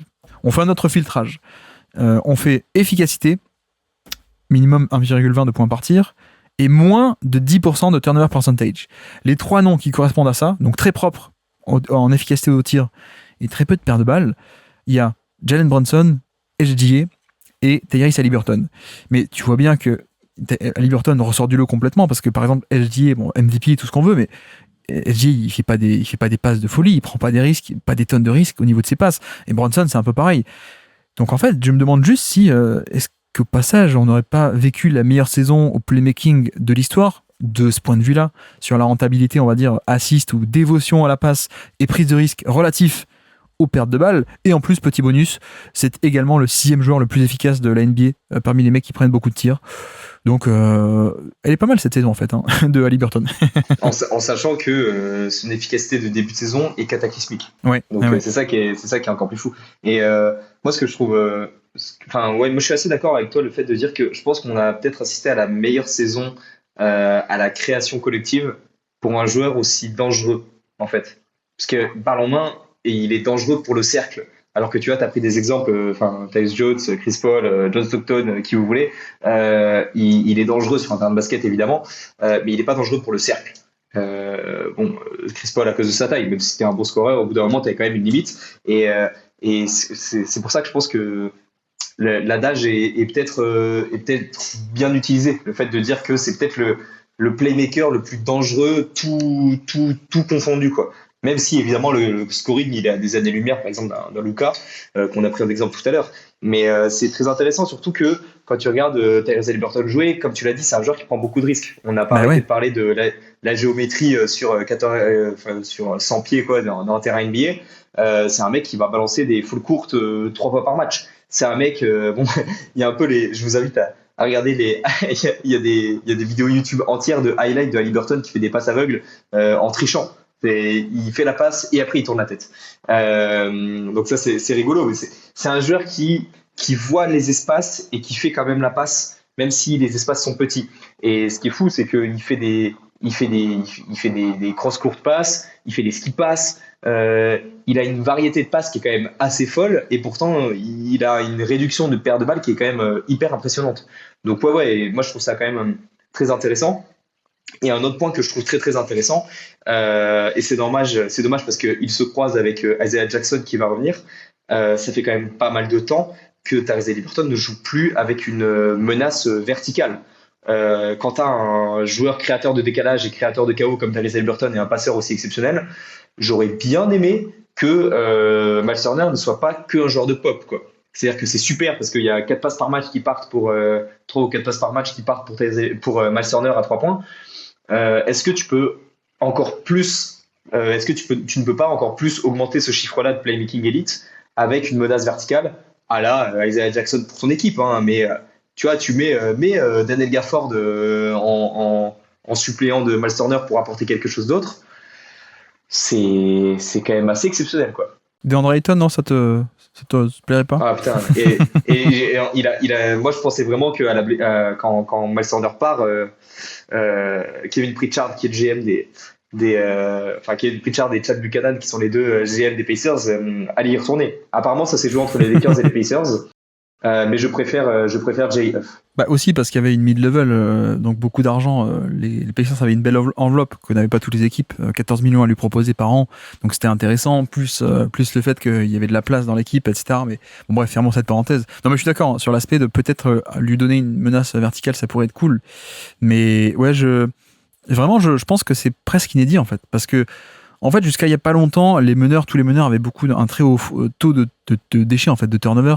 Vous prenez même des Rondo, des Magic Johnson, des Stockton, des Jason Kidd, etc. Parce que le rôle était différent aussi. C'était le meneur gestionnaire, c'est lui qui avait tous les ballons, qui mettait en place les systèmes. Donc, forcément, quand il y avait un turnover, en général, il venait de lui, quoi, pour caricaturer. Et ça a un peu évolué. Le premier à être un peu historique, c'est Chris Paul, qui est un mec d'une propreté incroyable. Alors, propreté et efficacité au tir incroyable, mais aussi parce que la prise de risque a toujours été un peu plus faible que ce qu'on aurait voulu. Mesuré. Ouais, et c'est un peu le fameux théorème Chris Paul, je suis très efficace, mais parce que je prends que les tirs, je suis à peu près sûr de les mettre, mais donc forcément c'est un profil qui a moins de valeur que un Harden, par exemple, qui va être parfois, quoique non, Harden est efficace, mais que parfois un Harden, un Doncic, un LeBron ou des mecs comme ça qui vont tenter plus, parfois échouer, mais parfois arriver à forcer la décision, là où Chris Paul ne pouvait pas. Et c'est un peu pareil pour les passes, Chris Paul. Chris Paul n'avait pas le côté, tu vois, même pour comparer à d'autres mecs un peu plus normaux, on va dire. John Wall, par exemple, avait un des premiers à avoir la passe vers le corner opposé, John Wall. Parce que la taille, parce que les longs bras, etc. Là, ce qui passe vers le corner opposé en 2012-2013, c'était Harden, LeBron et John Wall, quoi. Et Chris Paul avait pas ça. Donc Chris Paul a toujours eu un peu, j'insiste exprès, je détaille, hein. Chris Paul, efficace, propreté, mais parce que on tentait les trucs qu'on était à peu près sûr de réussir. Donc il y a un aspect très scientifique du jeu, très méthodique, je fais ça exprès pour ça, je liberté à l'angle, etc. Mais voilà, je vais pas mettre une astérisque sur ces paires de balles, mais tu vois un peu l'idée. Là où Haliburton, non. Haliburton, on est sur une créativité sans borne, une prise de risque énorme. Donc c'est presque en ce sens où je me dis, est-ce qu'on serait pas sur le playmaker peut-être le plus rentable de ce point de vue-là, peut-être de l'histoire un peu récente, quoi, voire même de l'histoire globale, je ne sais pas, ça je m'y connais pas assez, mais ouais, c'est bluffant, quoi, parce que tu vois, je te refais la liste, hein, mais les mecs qui font aussi peu de turnover sur un gros volume tout en étant efficaces, Brunson et HDA, il n'y a pas du tout le même niveau de prise de risque en fait, hein, et de nombre de passes même. Donc ouais, c'est assez bluffant pour Haliburton. Vas-y. Ce qui est d'autant plus fou, c'est que on parle beaucoup du fait que quand il a la balle c'est génial, etc. Mais tout à l'heure on a détaillé sur le fait que il avait peut-être pas assez la balle et enfin il est à peine à 20% d'usage, quoi. Et en fait du coup tu te retrouves avec un joueur qui on a un créateur exceptionnel et en plus son équipe elle arrive à être élite offensivement avec lui quand il a pas la balle. Et enfin tu te retrouves avec une valeur de joueur qui est exceptionnelle finalement, parce que peu importe le système, il va être hyper valorisable finalement et valorisé. Et quand tu as cette taille-là alliée à ce tir-là, alliée à cette capacité à jouer off-ball et à jouer en permanence en train de courir, waouh, quoi. C'est un créateur par sa seule présence finalement, et je trouve ça complètement fou. Ça, c'est ma dernière nuance, mais que j'ai depuis le début. C'est j'aimerais bien qu'il fasse plus de volume, plus de création pure. Et parce qu'on voit que quand il le fait, c'est un score absolument fantastique, quoi. J'aimerais bien qu'on monte autour des 30-32% d'usage, quoi, comme tu dis. Mais voilà, moi, je prie pour ça, pour qu'il ne se crispolise pas de ce point de vue-là, mais on verra. On a déjà un mec qui est assez extraordinaire, mais comme tu dis, peut-être le step pour être top 3 NBA, c'est qu'il nous fasse ça, et en plus, il prenne 10 tirs de plus par match en termes de scoring pur, quoi, pour lui. Parce qu'en plus, il peut. Il est extraordinaire sur le drive, le 1 contre 1, etc. Donc ouais. Voilà pour Haliburton. Et donc, je peux te lancer. Quelle est ta 4e stat du jour à nous présenter pour ces Pacers 2025? Bah, tu vois, je vais encore une fois jouer de transition parce que je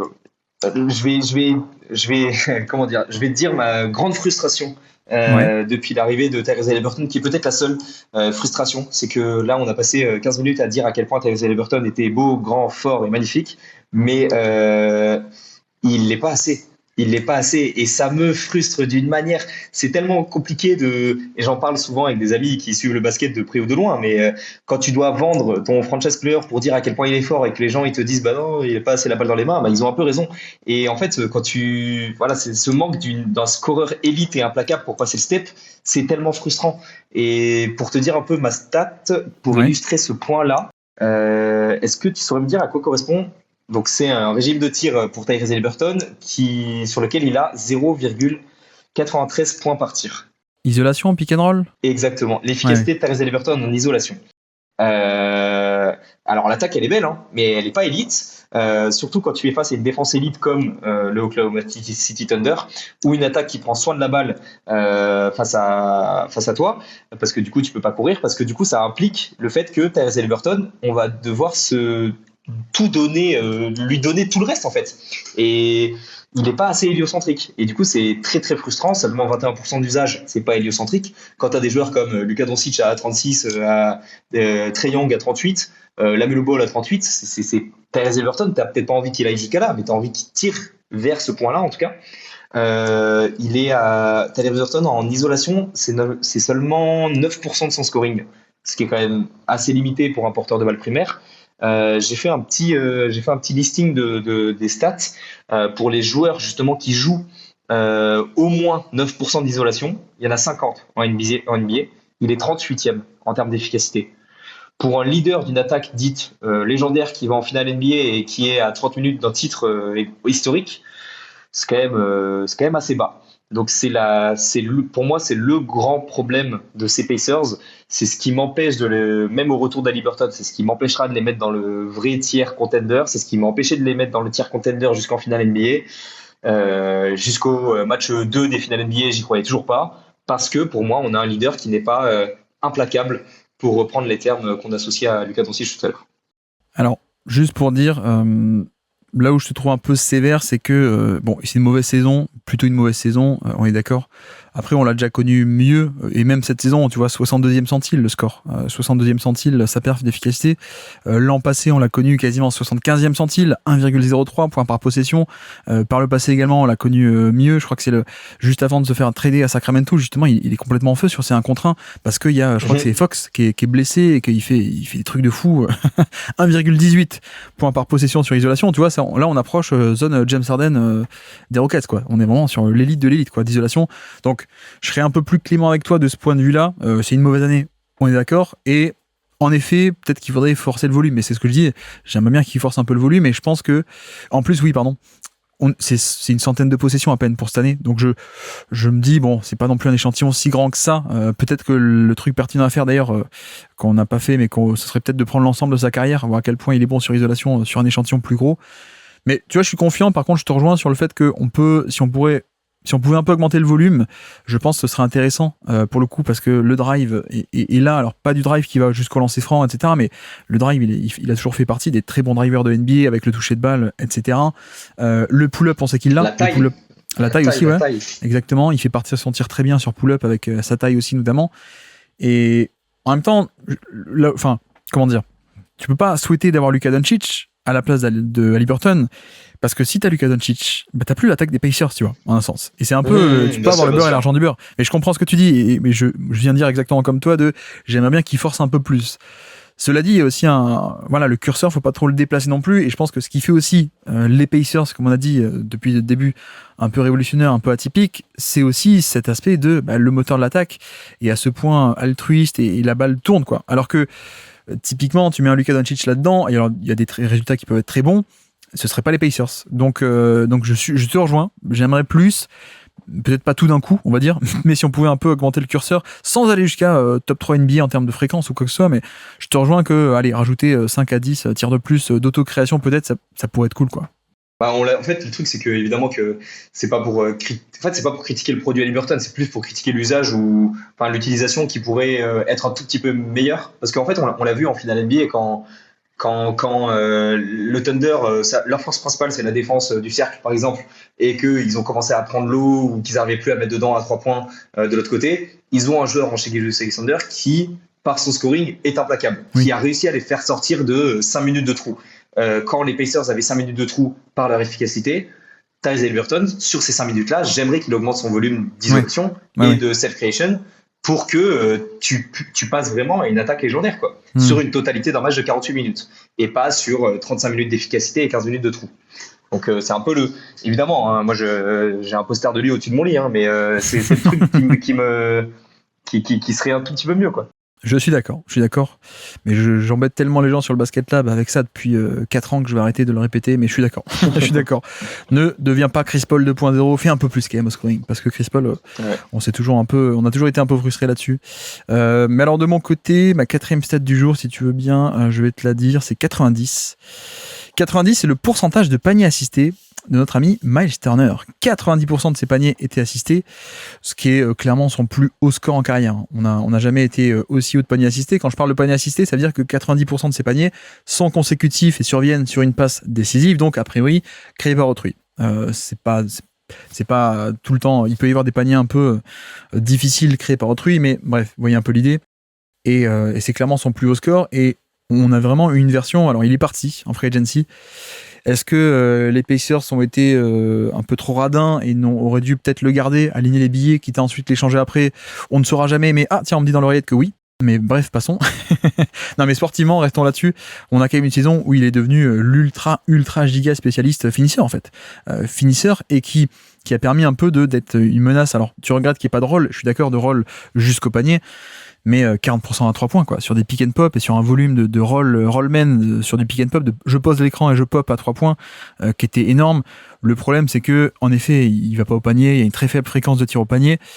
Mais en vérité, tu vois, quand on couple ça, ce finisseur ultime extérieur de pop ou de spacing aussi, avec également une très bonne saison défensive, il inflige une perte d'efficacité au panier de 8%, ce qui est un de ses plus hauts scores en carrière, et ce qui commence à rentrer top 10, quoi. Donc il fait une grosse saison défensive. Je suis pas sûr qu'il fasse moins 8% infligé au panier à l'adversaire en moyenne tous les ans, mais là c'était une grosse saison. Franchement, on a un joueur qui est certes surspécialisé, mais finalement un espèce de 3&D du poste de pivot, ça a quand même beaucoup de valeur, quoi, parce que c'est pas un 3&D arrière ou ailier où c'est plus facile à trouver. Là, on parle d'un mec dont la défense et la protection de panier, c'est le truc le plus valuable. Et deuxièmement, le 3 du D, le 3&D, c'est du 3 sur un poste de pivot, qui a donc aussi une valeur démultipliée parce que ça peut permettre d'éloigner un peu plus du panier le protecteur de panier adverse, donc ça a plus de valeur, etc. Donc voilà, un espèce de 3&D ultime, j'ai envie de dire, ultra finisseur et bon défenseur, mais assez extraordinaire, quoi, comme saison pour Miles Turner, et peut-être sa meilleure de mémoire récente, je trouve. Pour moi, ça a été sa meilleure, même si là il est parti, mais pour lui rendre hommage sur sa saison, moi je trouve qu'il a toujours été surestimé, notamment défensivement. C'est pas parce que il avait des bons chiffres de contre que c'était un bon défenseur. Il était tellement négatif dans tout le reste que de toute façon, et en fait c'est un truc qui a toujours été assez, j'ai pas les chiffres sous les yeux, mais c'est un truc qui a toujours été assez représentatif de la part de Miles Turner, c'est que son on-off en defensive rating, il allait pas dans son sens. On était meilleur en défense quand Miles Turner était pas sur le terrain. Donc c'est quand même assez représentatif. Je vais pas te dire les chiffres exacts parce que c'est l'inverse. Cette année Cette année, on est quand même à moins 3. C'est pas mal. Mais même en carrière, il est pas mal, hein, sur la défense. Par contre, je te rejoins sur un truc, c'est que il n'y a pas l'intimidation au panier. Et c'est là-dessus que je te rejoins sur le côté parfois un peu surestimé. C'est un mec qui fait des actions au panier, mais il n'a pas du tout l'intimidation et le rayonnement, on va dire, qu'ont un Gobert ou des mecs de Japon, en fait. Ouais. Et finalement, avec Carlisle, même pendant les playoffs, il était obligé de s'ajuster défensivement pour le laisser uniquement en protection de cercle. Parce qu'en fait, tout le reste, il était. Après, je dis ça, il a quand même vraiment progressé. Et j'ai été le premier déçu de voir qu'il prolongeait pas. Parce que, au-delà de l'attachement que tu peux avoir par rapport à un joueur, je pense qu'il a jamais. Enfin, Tyrese Haliburton, et que c'est quand même un profil idoine pour un créateur tel que Tyrese Haliburton est dans une équipe où il y a un partage du ballon tel que d'avoir un spacer catégorisé élite, même si dans les chiffres il ne l'est pas, mais dans la peur qu'il peut infliger par son tir, ça reste un bon tireur, quoi. Mais le côté qui me rend assez positif, c'est que tu m'as dit, il était à combien de field goal assistés de ta première stade? Assisté 90. Bah tu vois, parce que si je regarde un peu son remplaçant, qui est Jay Huff, 85% de tirs assistés à 2 points, 99% de tirs assistés à 3 points pour Jay Huff qui tire à 41% à 3 points. Ouais. Donc en fait, finalement, on a Miles Turner 2.0. Bon, je peux comprendre aussi lui de dire aller découvrir un autre endroit. Je peux comprendre aussi l'aspect de vous avez essayé de m'échanger pendant 10 ans, je pars de moi-même, non pas vous pourrez pas m'échanger, quoi. C'est un peu je pense qu'il y a peut-être de ça, et peut-être le coup d'aller faire une année à Milwaukee, au moins une avec Giannis, c'est mieux à 30 ans d'être dans une équipe compétitive plutôt que une année un peu perdue sans Haliburton, parce que clairement ça va être un peu compliqué l'an prochain. Donc je peux comprendre, cela dit, je comprends pas que les Pacers ont eu de telles limites financières de pas vouloir s'aligner. Voilà, c'est un peu à double tranchant, hein. Quand il y avait les finales NBA, on disait vous avez vu 2 équipes qui sont en dessous de la luxury tax, comme quoi on n'a pas besoin de payer pour gagner et tout, la vertu de finalement pas dépenser beaucoup. Et là tu perds un asset contre rien du tout parce que tu veux pas le prolonger, et là d'un coup c'est c'est vrai que finalement ne pas vouloir mettre l'argent, ça peut être problématique. Donc bon, c'est un peu dans les deux sens, quoi. Le fait de dire on peut gagner en NBA sans payer, pour moi c'est faux, parce que on voit totalement que cette année le Thunder paye comme jamais personne n'a payé, parce que évidemment ils ont juste profité d'un trou temporel dans lequel la seule année où ils pouvaient gagner, ils l'ont fait parce que leur rookie était à maturité finalement.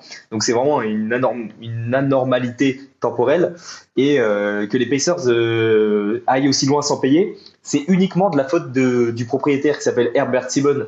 Quand Miles Turner est parti, que j'ai insulté de tous les mots sur Twitter, parce que c'est insupportable de supporter une équipe. Ça fait 1 heure qu'on dit que Indiana est magnifique. C'est insupportable de supporter une équipe avec un propriétaire qui refuse catégoriquement de payer la moindre taxe.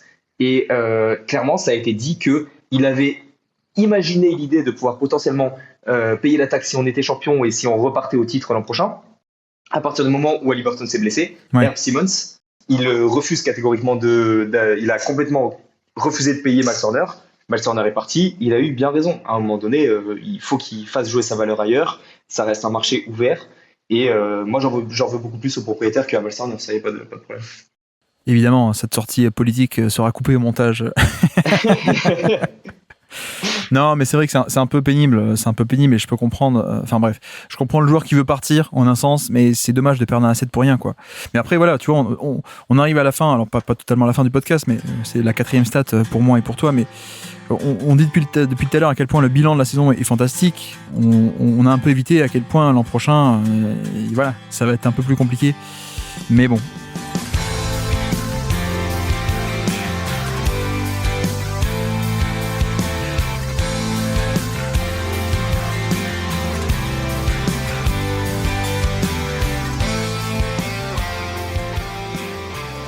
Et donc je peux te lancer quelle est ta 5e stat du jour à nous présenter pour ces Indiana Pacers 2025.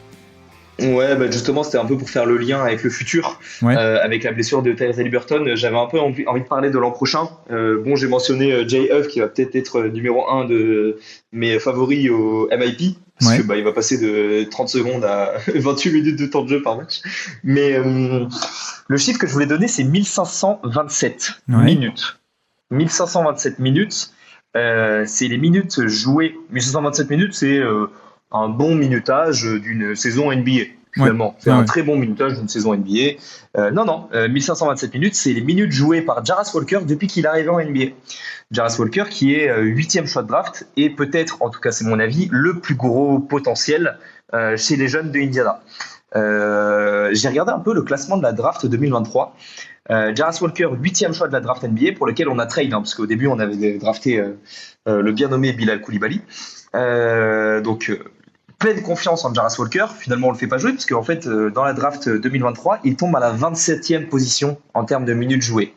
Quand tu as un ailier physique, 6'8", finisseur efficace, il est à 1,2 points par tir.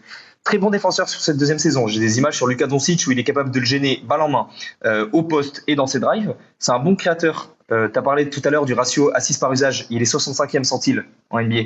Quand tu as ce profil-là, quelle est l'excuse alors qu'il vient d'avoir 21 ans, quelle est l'excuse de la part de Rick Carlisle de ne pas le mettre sur le terrain? Et c'était un peu l'excuse que je voulais mettre parce que j'adore Rick Carlisle, mais ça fait 20 ans qu'on le connaît sur sa difficulté à mettre les jeunes sur le terrain. Mon grand, l'an prochain, tu vas être obligé parce que quand tu as un joueur de ce potentiel-là qui a affiché des flashs aussi magnifiques, et j'utilise l'argument de Jarras Walker, mais ça vaut pour Bénédicte Mathurin, Andrew Nembhard, Isaiah Jackson, Cam Jones qu'on vient de drafter, il va falloir les mettre sur le terrain parce qu'on est dans une année de transition où il va falloir faire un renouveau et recréer une équipe autour de Tyrese Haliburton. Et pour moi, l'équipe 2.0 de Tyrese Haliburton dans les Indiana Pacers, un des starters se nomme Jarras Walker. L'intérêt du profil, c'est qu'on a cette espèce d'ailier défensif, comme tu dis, extrêmement polyvalent, qui malheureusement a manqué en finale, mais parce qu'il était blessé, je crois. Oui, il s'est fait le genou, tout à fait. Ouais, et on pensait qu'il pourrait revenir en finale ou au milieu des finales, finalement il n'est pas revenu du tout. Mais non, mais l'intérêt, c'est que c'est un défenseur polyvalent, mais tu te fais pas drafter 8e si t'es que défenseur. Il y avait des promesses de shoot, et aussi, comme tu dis, de création de passing, on va dire. Et pour le coup, c'est vrai que le passing est un peu timide, mais c'est peut-être une question de rôle pour l'instant, je trouve, où il n'est pas encore utilisé à fond là-dessus. Mais tu vois, le shoot, je pense qu'on peut... alors, c'est un petit échantillon pour l'instant, mais 240 tentatives en carrière, 40%. Bon, si ça se confirme, même pas à 40%, mais si au bout de 3-4 ans NBA, on est sur du 38%, 37-38, déjà, pour moi, ça me va largement, quoi. À cette taille-là, dans ce rôle-là, ouais, carrément. Et ce qui est intéressant avec Jarras Walker, c'est que quand il était à Houston, la fac, il était vraiment utilisé à l'ancienne, surtout en NCAA, ça marche encore, un poste 4, voire petit big quand il est drafté. Et il avait vraiment un tir qui partait très très bas. Et c'était moi je l'adorais. Il était 4e de mon board derrière Wembanyama, Scoot Anderson et Cam Whitmore. Ouais. Mais et c'est un joueur que j'adorais notamment par la polyvalence. Mais c'était vraiment une de ses limites. Pour moi, sa seule limite était dans son tir. Et en fait, il a vraiment travaillé avec les shooting experts de Indiana. Ils ont vraiment retravaillé toute la mécanique de son tir. Et aujourd'hui, il a un tir qui est vraiment beaucoup plus efficace. Donc en fait, pour moi, il n'y a plus vraiment de limite dans son profil et j'ai hâte de voir la saison prochaine parce qu'on est en manque de création, on est en manque de taille, on est en manque d'impact physique et on est en manque de minutage. Il va falloir le mettre sur le terrain et pour moi, le vrai potentiel et la potentialité de retourner en finale NBA dans l'équipe 2.0 Tyrese Haliburton, c'est avec ce mec-là, quoi. Ouais. Après, bon, il a 21 ans, on va dire que le groupe était quand même assez dense. J'ai un peu trouvé des excuses, pour le coup. Pour moi, l'excuse principale, c'est Rick Carlisle qui a cette réputation d'avoir beaucoup de mal à mettre les jeunes sur le terrain. Il a eu beaucoup de mal également à faire confiance à Bénédicte Mathurin depuis 2 ans. Ça se voit avec Jarras Walker. Johnny Furphy, il n'a pas joué de la saison. C'est les jeunes qui fait jouer, c'est Ben Sheppard qui a déjà 37 ans et qui va bientôt toucher la retraite, quoi. Donc on le sait, c'est le profil de Rick Carlisle. D'ailleurs, on n'a pas parlé de Obi Toppin non plus aujourd'hui. J'ai pas de stats particulières sur lui. Il fait une saison à la Obi Toppin, quoi. Il sort du banc, 20 minutes par match, 36% à 3 points sur un bon volume. Voilà, c'est du Obi Toppin, quoi. C'est plutôt offensif que défensif. Je pense que sur Jarras Walker, il y a peut-être un côté encore un peu jeune, et comme tu dis, peut-être qu'il aime pas trop faire jouer les jeunes qui sont pas encore prêts totalement, je ne sais pas. C'est ça. Mais il y a aussi, je pense, numériquement, le nombre de pivots ou d'intérieurs qu'il veut faire jouer est assez réduit, Carlisle. Ça part aussi de là, le côté rythme, le côté mouvement, le côté transition. Voilà, t'as Turner, et quand il n'y a pas Turner, le backup, cette saison, il était plutôt small ball, quoi. Ou alors, on a vu parfois un peu de Thomas Bryant qui a fait des piges à droite à gauche, mais voilà. Ou Tony Bradley aussi, qui est arrivé un peu en fin de saison, qui a fait quelques matchs par-ci par-là, notamment aussi en play-off. Mais l'idée, c'est plutôt d'avoir ce côté small ball continu. Donc c'est vrai que Jarvis Walker pourrait s'inscrire là-dedans. Mais pour l'instant, il passe derrière des Obi Toppin, des mecs comme ça, quoi. Donc ouais, mais... Et le côté hyper positif, par contre, dans l'approche qu'ils ont eue avec lui, c'est que, comme je l'ai dit, quand il est drafté, il est vraiment drafté sur un poste 4-5, quoi, on va dire. Ouais. Et dès le début, et moi, c'est un truc qui m'avait surpris, hein, dès le début, ils ont dit, par contre, il va pas être big. Il va pas être big. Ouais. Et Eric Carlisle, de nombreuses fois, il est sorti dans la presse en disant, le jour où je le mettrai sur le terrain, parce que je vais le mettre sur le terrain, et pour le coup, je lui fais confiance, le jour où je le mettrai sur le terrain, il sera forward pur et dur. Il sera vraiment finisseur et créateur d'action à partir d'un poste de forward. Je vais pas du tout l'utiliser comme un big. Et j'attendrai autant de temps qu'il ne faut pour que Jarvis Walker soit prêt. Il a mangé de la G-League, il a tabassé la G-League avec le rôle de porteur de balle, finalement. Et aujourd'hui, on a un profil qui est hyper intéressant au niveau création et création de tir, parce que il a mangé son pain noir en tant que créateur en G-League. Donc je critique, mais je peux applaudir dans peu de temps. Je suis étonné que tu ne m'aies pas parlé pour l'an prochain ou même pour cette année de Nembhard dans ce bilan.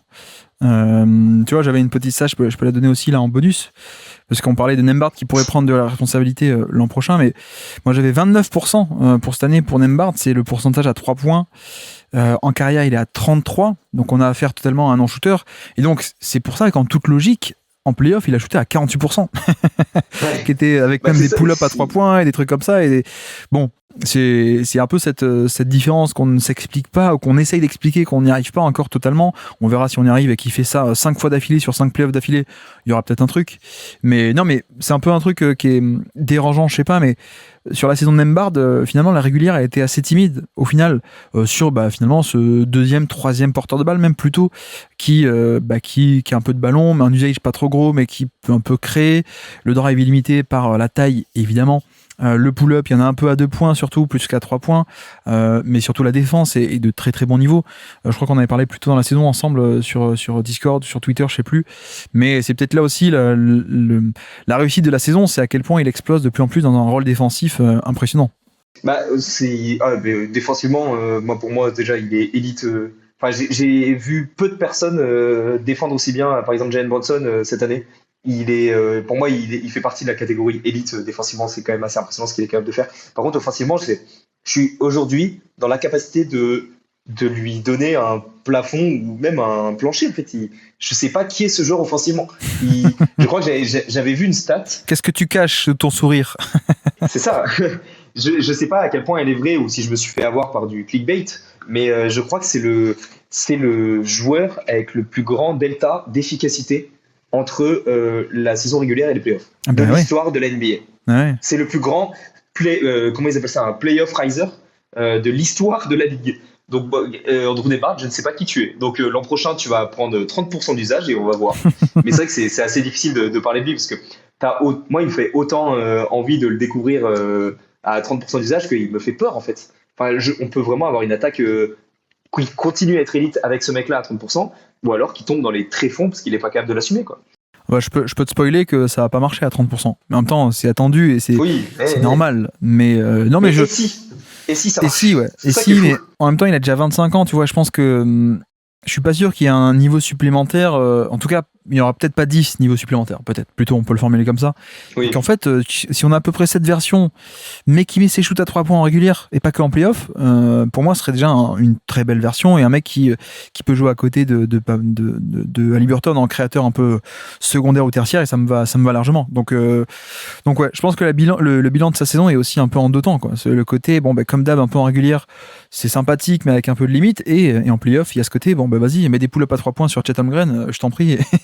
Et presque gagne le titre NBA, quoi. Donc je sais pas quoi faire de ça. Après, il y a un truc, toi et moi, toi t'as fait beaucoup de scouting aussi, et il y a un truc que moi je me dis, c'est pas parce que, et ce mec-là a toujours joué avec Tyrese Haliburton en fait, c'est pas parce que on l'a pas vu faire qu'il sait pas le faire. Et c'est un truc, tu vois, on en parle beaucoup avec les gardes de Kentucky, tu vois, par exemple, mais c'est pas parce qu'on les a pas vus jouer des pick and roll qu'ils savent pas jouer des pick and roll. C'est pas parce qu'on les a pas vus jouer de l'isolation qu'ils savent pas faire. Donc à quel point est-ce que Andrew Nembhard est caché derrière Tyrese Haliburton depuis 4 ans? Et peut-être. Peut-être.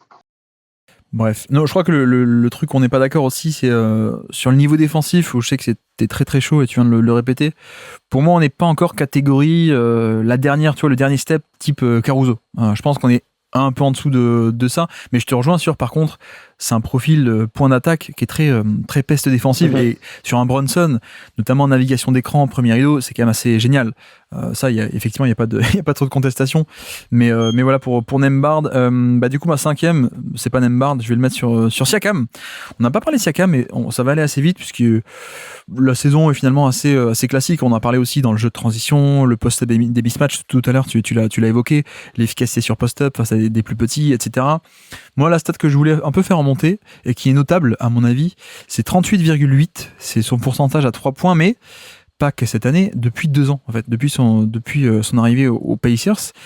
38,8, et en fait, c'est très efficace, c'est très cool surtout, tu vois, parce que c'était un peu la limite qu'on imaginait. On est au moment du trade de dire, ok, le joueur est très cool, il est All-NBA, ou il peut être All-NBA third team ou second team de manière occasionnelle, mais est-ce qu'il y aura assez de spacing par rapport à Liberton, quoi?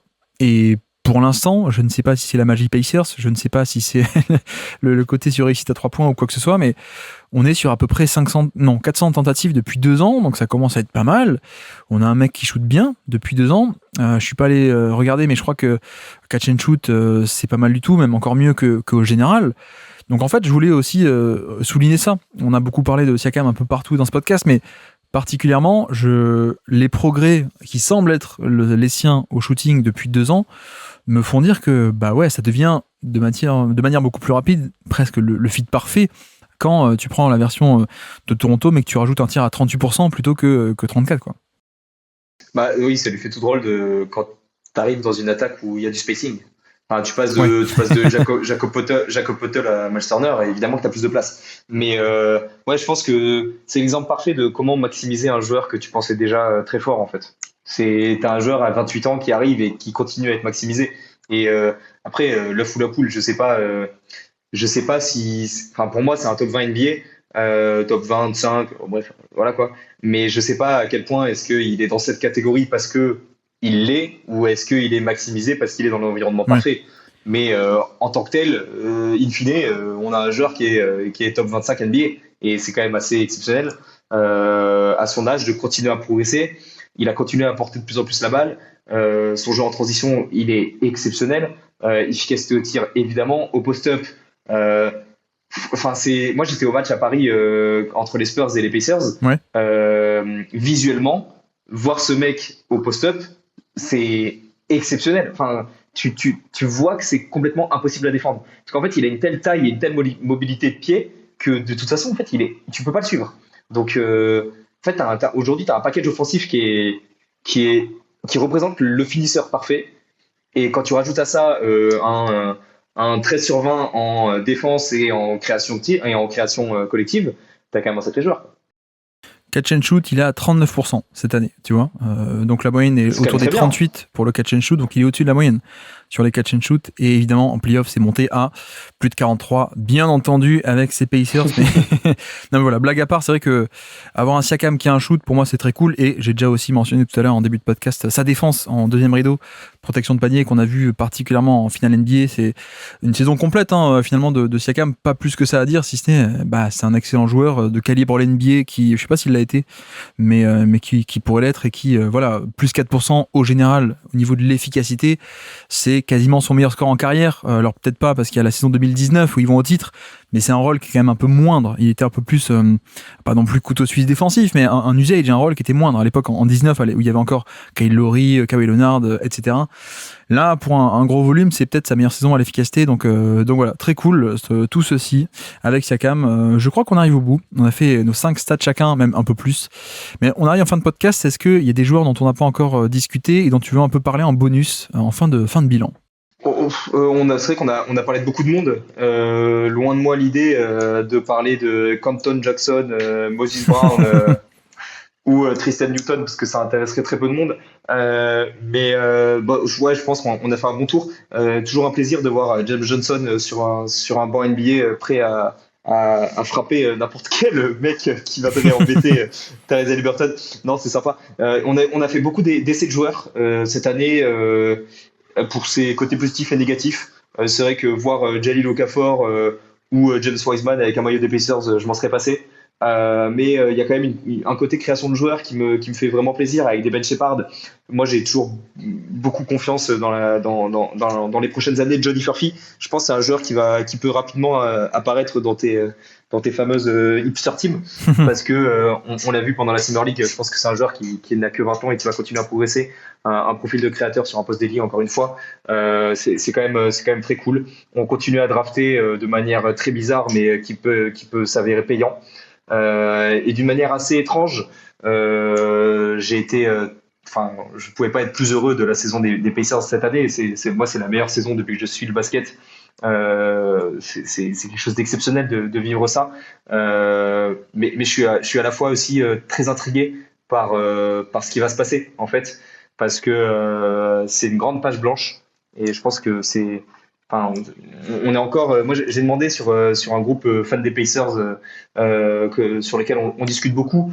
Je leur avais demandé de me dire un peu ce qu'ils avaient pensé de cette saison pour un peu le résumer.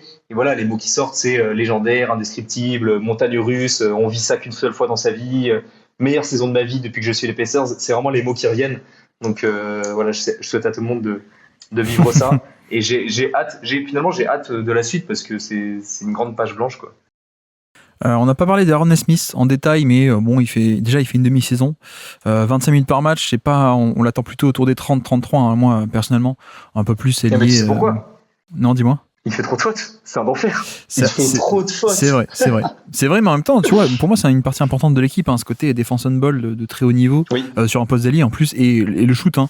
Ça, c'est aussi, je pense, la satisfaction, on peut le répéter, c'est que à Boston, on n'a pas eu trop le tir, et en même temps, à Boston, on n'a pas eu trop de matchs, donc c'était une centaine de matchs à peine, mais depuis son arrivée aux Pacers, tu vois, là, ça fait 2 ans qu'il est à 41% et 43% à 3 points, 37 la première année même, donc le shoot se confirme, il n'y aura pas beaucoup de création en balle en main plus que ça, mais voilà, ça fait déjà un 3&D de très bon niveau, donc je pense que c'est une énorme satisfaction. En plus, vu le contrat qu'il a signé, que le shoot se confirme, donc très cool. Obi Toppin en a dit 2 mots aussi déjà dessus tout à l'heure. McConnell, bon, quoi de plus à dire, à part qu'il est fabuleux et que je peux répéter ma catchphrase que je dis depuis 10 ans, que McConnell qui fait 6-8 de taille plutôt que 5-8, c'est Luka Doncic, hein, grosso modo. Ouais. Mais voilà, non, qu'est-ce qu'on n'a pas Mathurin, tiens, on a un tout petit peu parlé de lui en pointillé. Qu'est-ce qu'on pense de Mathurin? Moi, je t'avoue que j'ai pas de stats sur lui parce que en fait, je me suis dit, ça fait 3 fois qu'il fait à peu près la même saison. Oui. C'est-à-dire le 3 points, tu vois, au final en carrière, il a 34%. Donc c'est pas génial, avec beaucoup de pull-up. C'est vrai. C'est un genre de pull-up. Mais bon, on aimerait quand même un peu plus de réussite, quoi, au niveau, pour un mec qui est pas non plus créateur balle en main à haut volume. J'espérais un peu plus d'impact off-ball. Tout de même, c'est un mec qui sur drive provoque des tonnes de lancers francs. Ça, tu entends en parler. Ça fait 3 saisons qu'il est un peu une réussite, une provocation absurde au niveau de ça. Et pourtant, c'est quelqu'un qui arrive, malgré tout ceci, malgré ses bonus de points de lancers francs qui sont les tirs les plus rentables de l'histoire de l'humanité, il arrive encore à être à peine à la moyenne NBA en termes d'efficacité au scoring. Manque le passing aussi. C'est 3 fois la même saison en fait. Et je pense qu'on n'a peut-être pas un joueur calibre titulaire NBA à mon avis.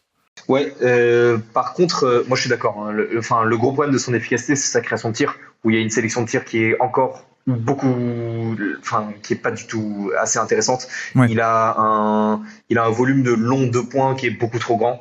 Il a un volume de pull-up qui est encore trop important.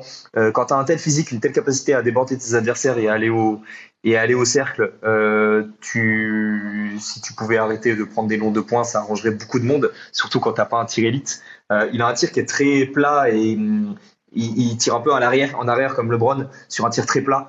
Donc il faudrait arrêter de prendre des pull-ups parce que ça marche un peu à 3 points, mais à 2 points c'est pas son truc encore. Je pense que la consigne ça a continué à être il faut qu'il drive, il continue à driver. Il a un jeu off-ball dans le cut qui est très intéressant, à voir comment ça va évoluer avec l'absence de Haliburton. Ce qui l'empêchait vraiment de voir le terrain auparavant, c'était son côté défensif, où je trouve qu'il a fait beaucoup de progrès, tout simplement parce que sur sa 2e saison NBA, Rick Carlisle lui avait clairement dit si tu progresses pas, tu joueras pas. Il a progressé, donc il a joué. Je l'ai trouvé vraiment intéressant on-ball, parce que off-ball, c'est toujours pas ça. Mais je pense qu'il peut appartenir à des catégories de Jaylen Brown, défensivement, où son coffre et sa longueur peut être intéressant on-ball, mais off-ball, il sera jamais élite. Le gros problème de Bénédicte Mathurin, c'est qu'il est coincé dans cet effectif, quoi. Il est coincé parce que les deux titulaires à son probable poste, ils sont indéboulonnables. Que ce soit par la création et la défense élite on-ball de Nembhard ou le touche-à-tout et le tir élite de Nesmith, quoi.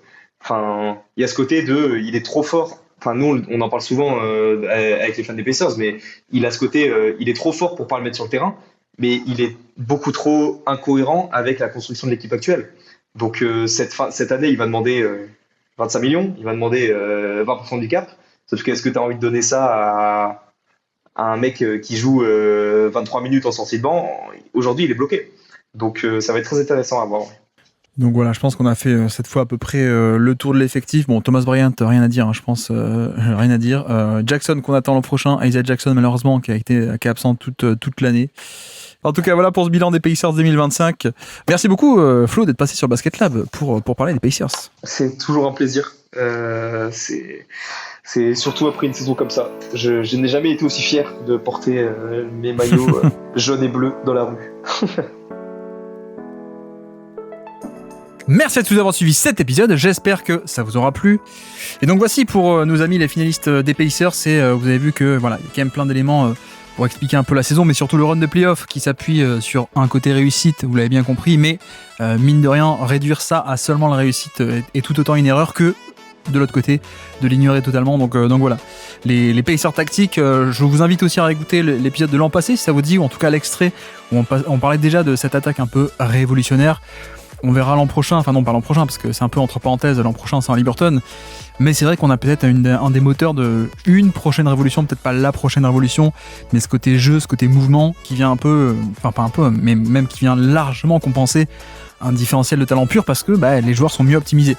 Et toutes les révolutions sont passées par là, donc voilà, c'est un peu l'idée. On verra ça pour 2027, malheureusement pas 26 mais 27. Et puis demain, pas de surprise, il reste une équipe, vous l'avez deviné, après le finaliste, demain, 30e numéro des bilans 2025 avec le champion NBA, le Oklahoma City Thunder demain. Et donc, sur ce, je vous remercie une nouvelle fois de nous avoir écoutés jusqu'au bout. Un grand merci à Flo d'être passé sur le Basket Lab. Et moi, je vous dis à très bientôt. Ciao.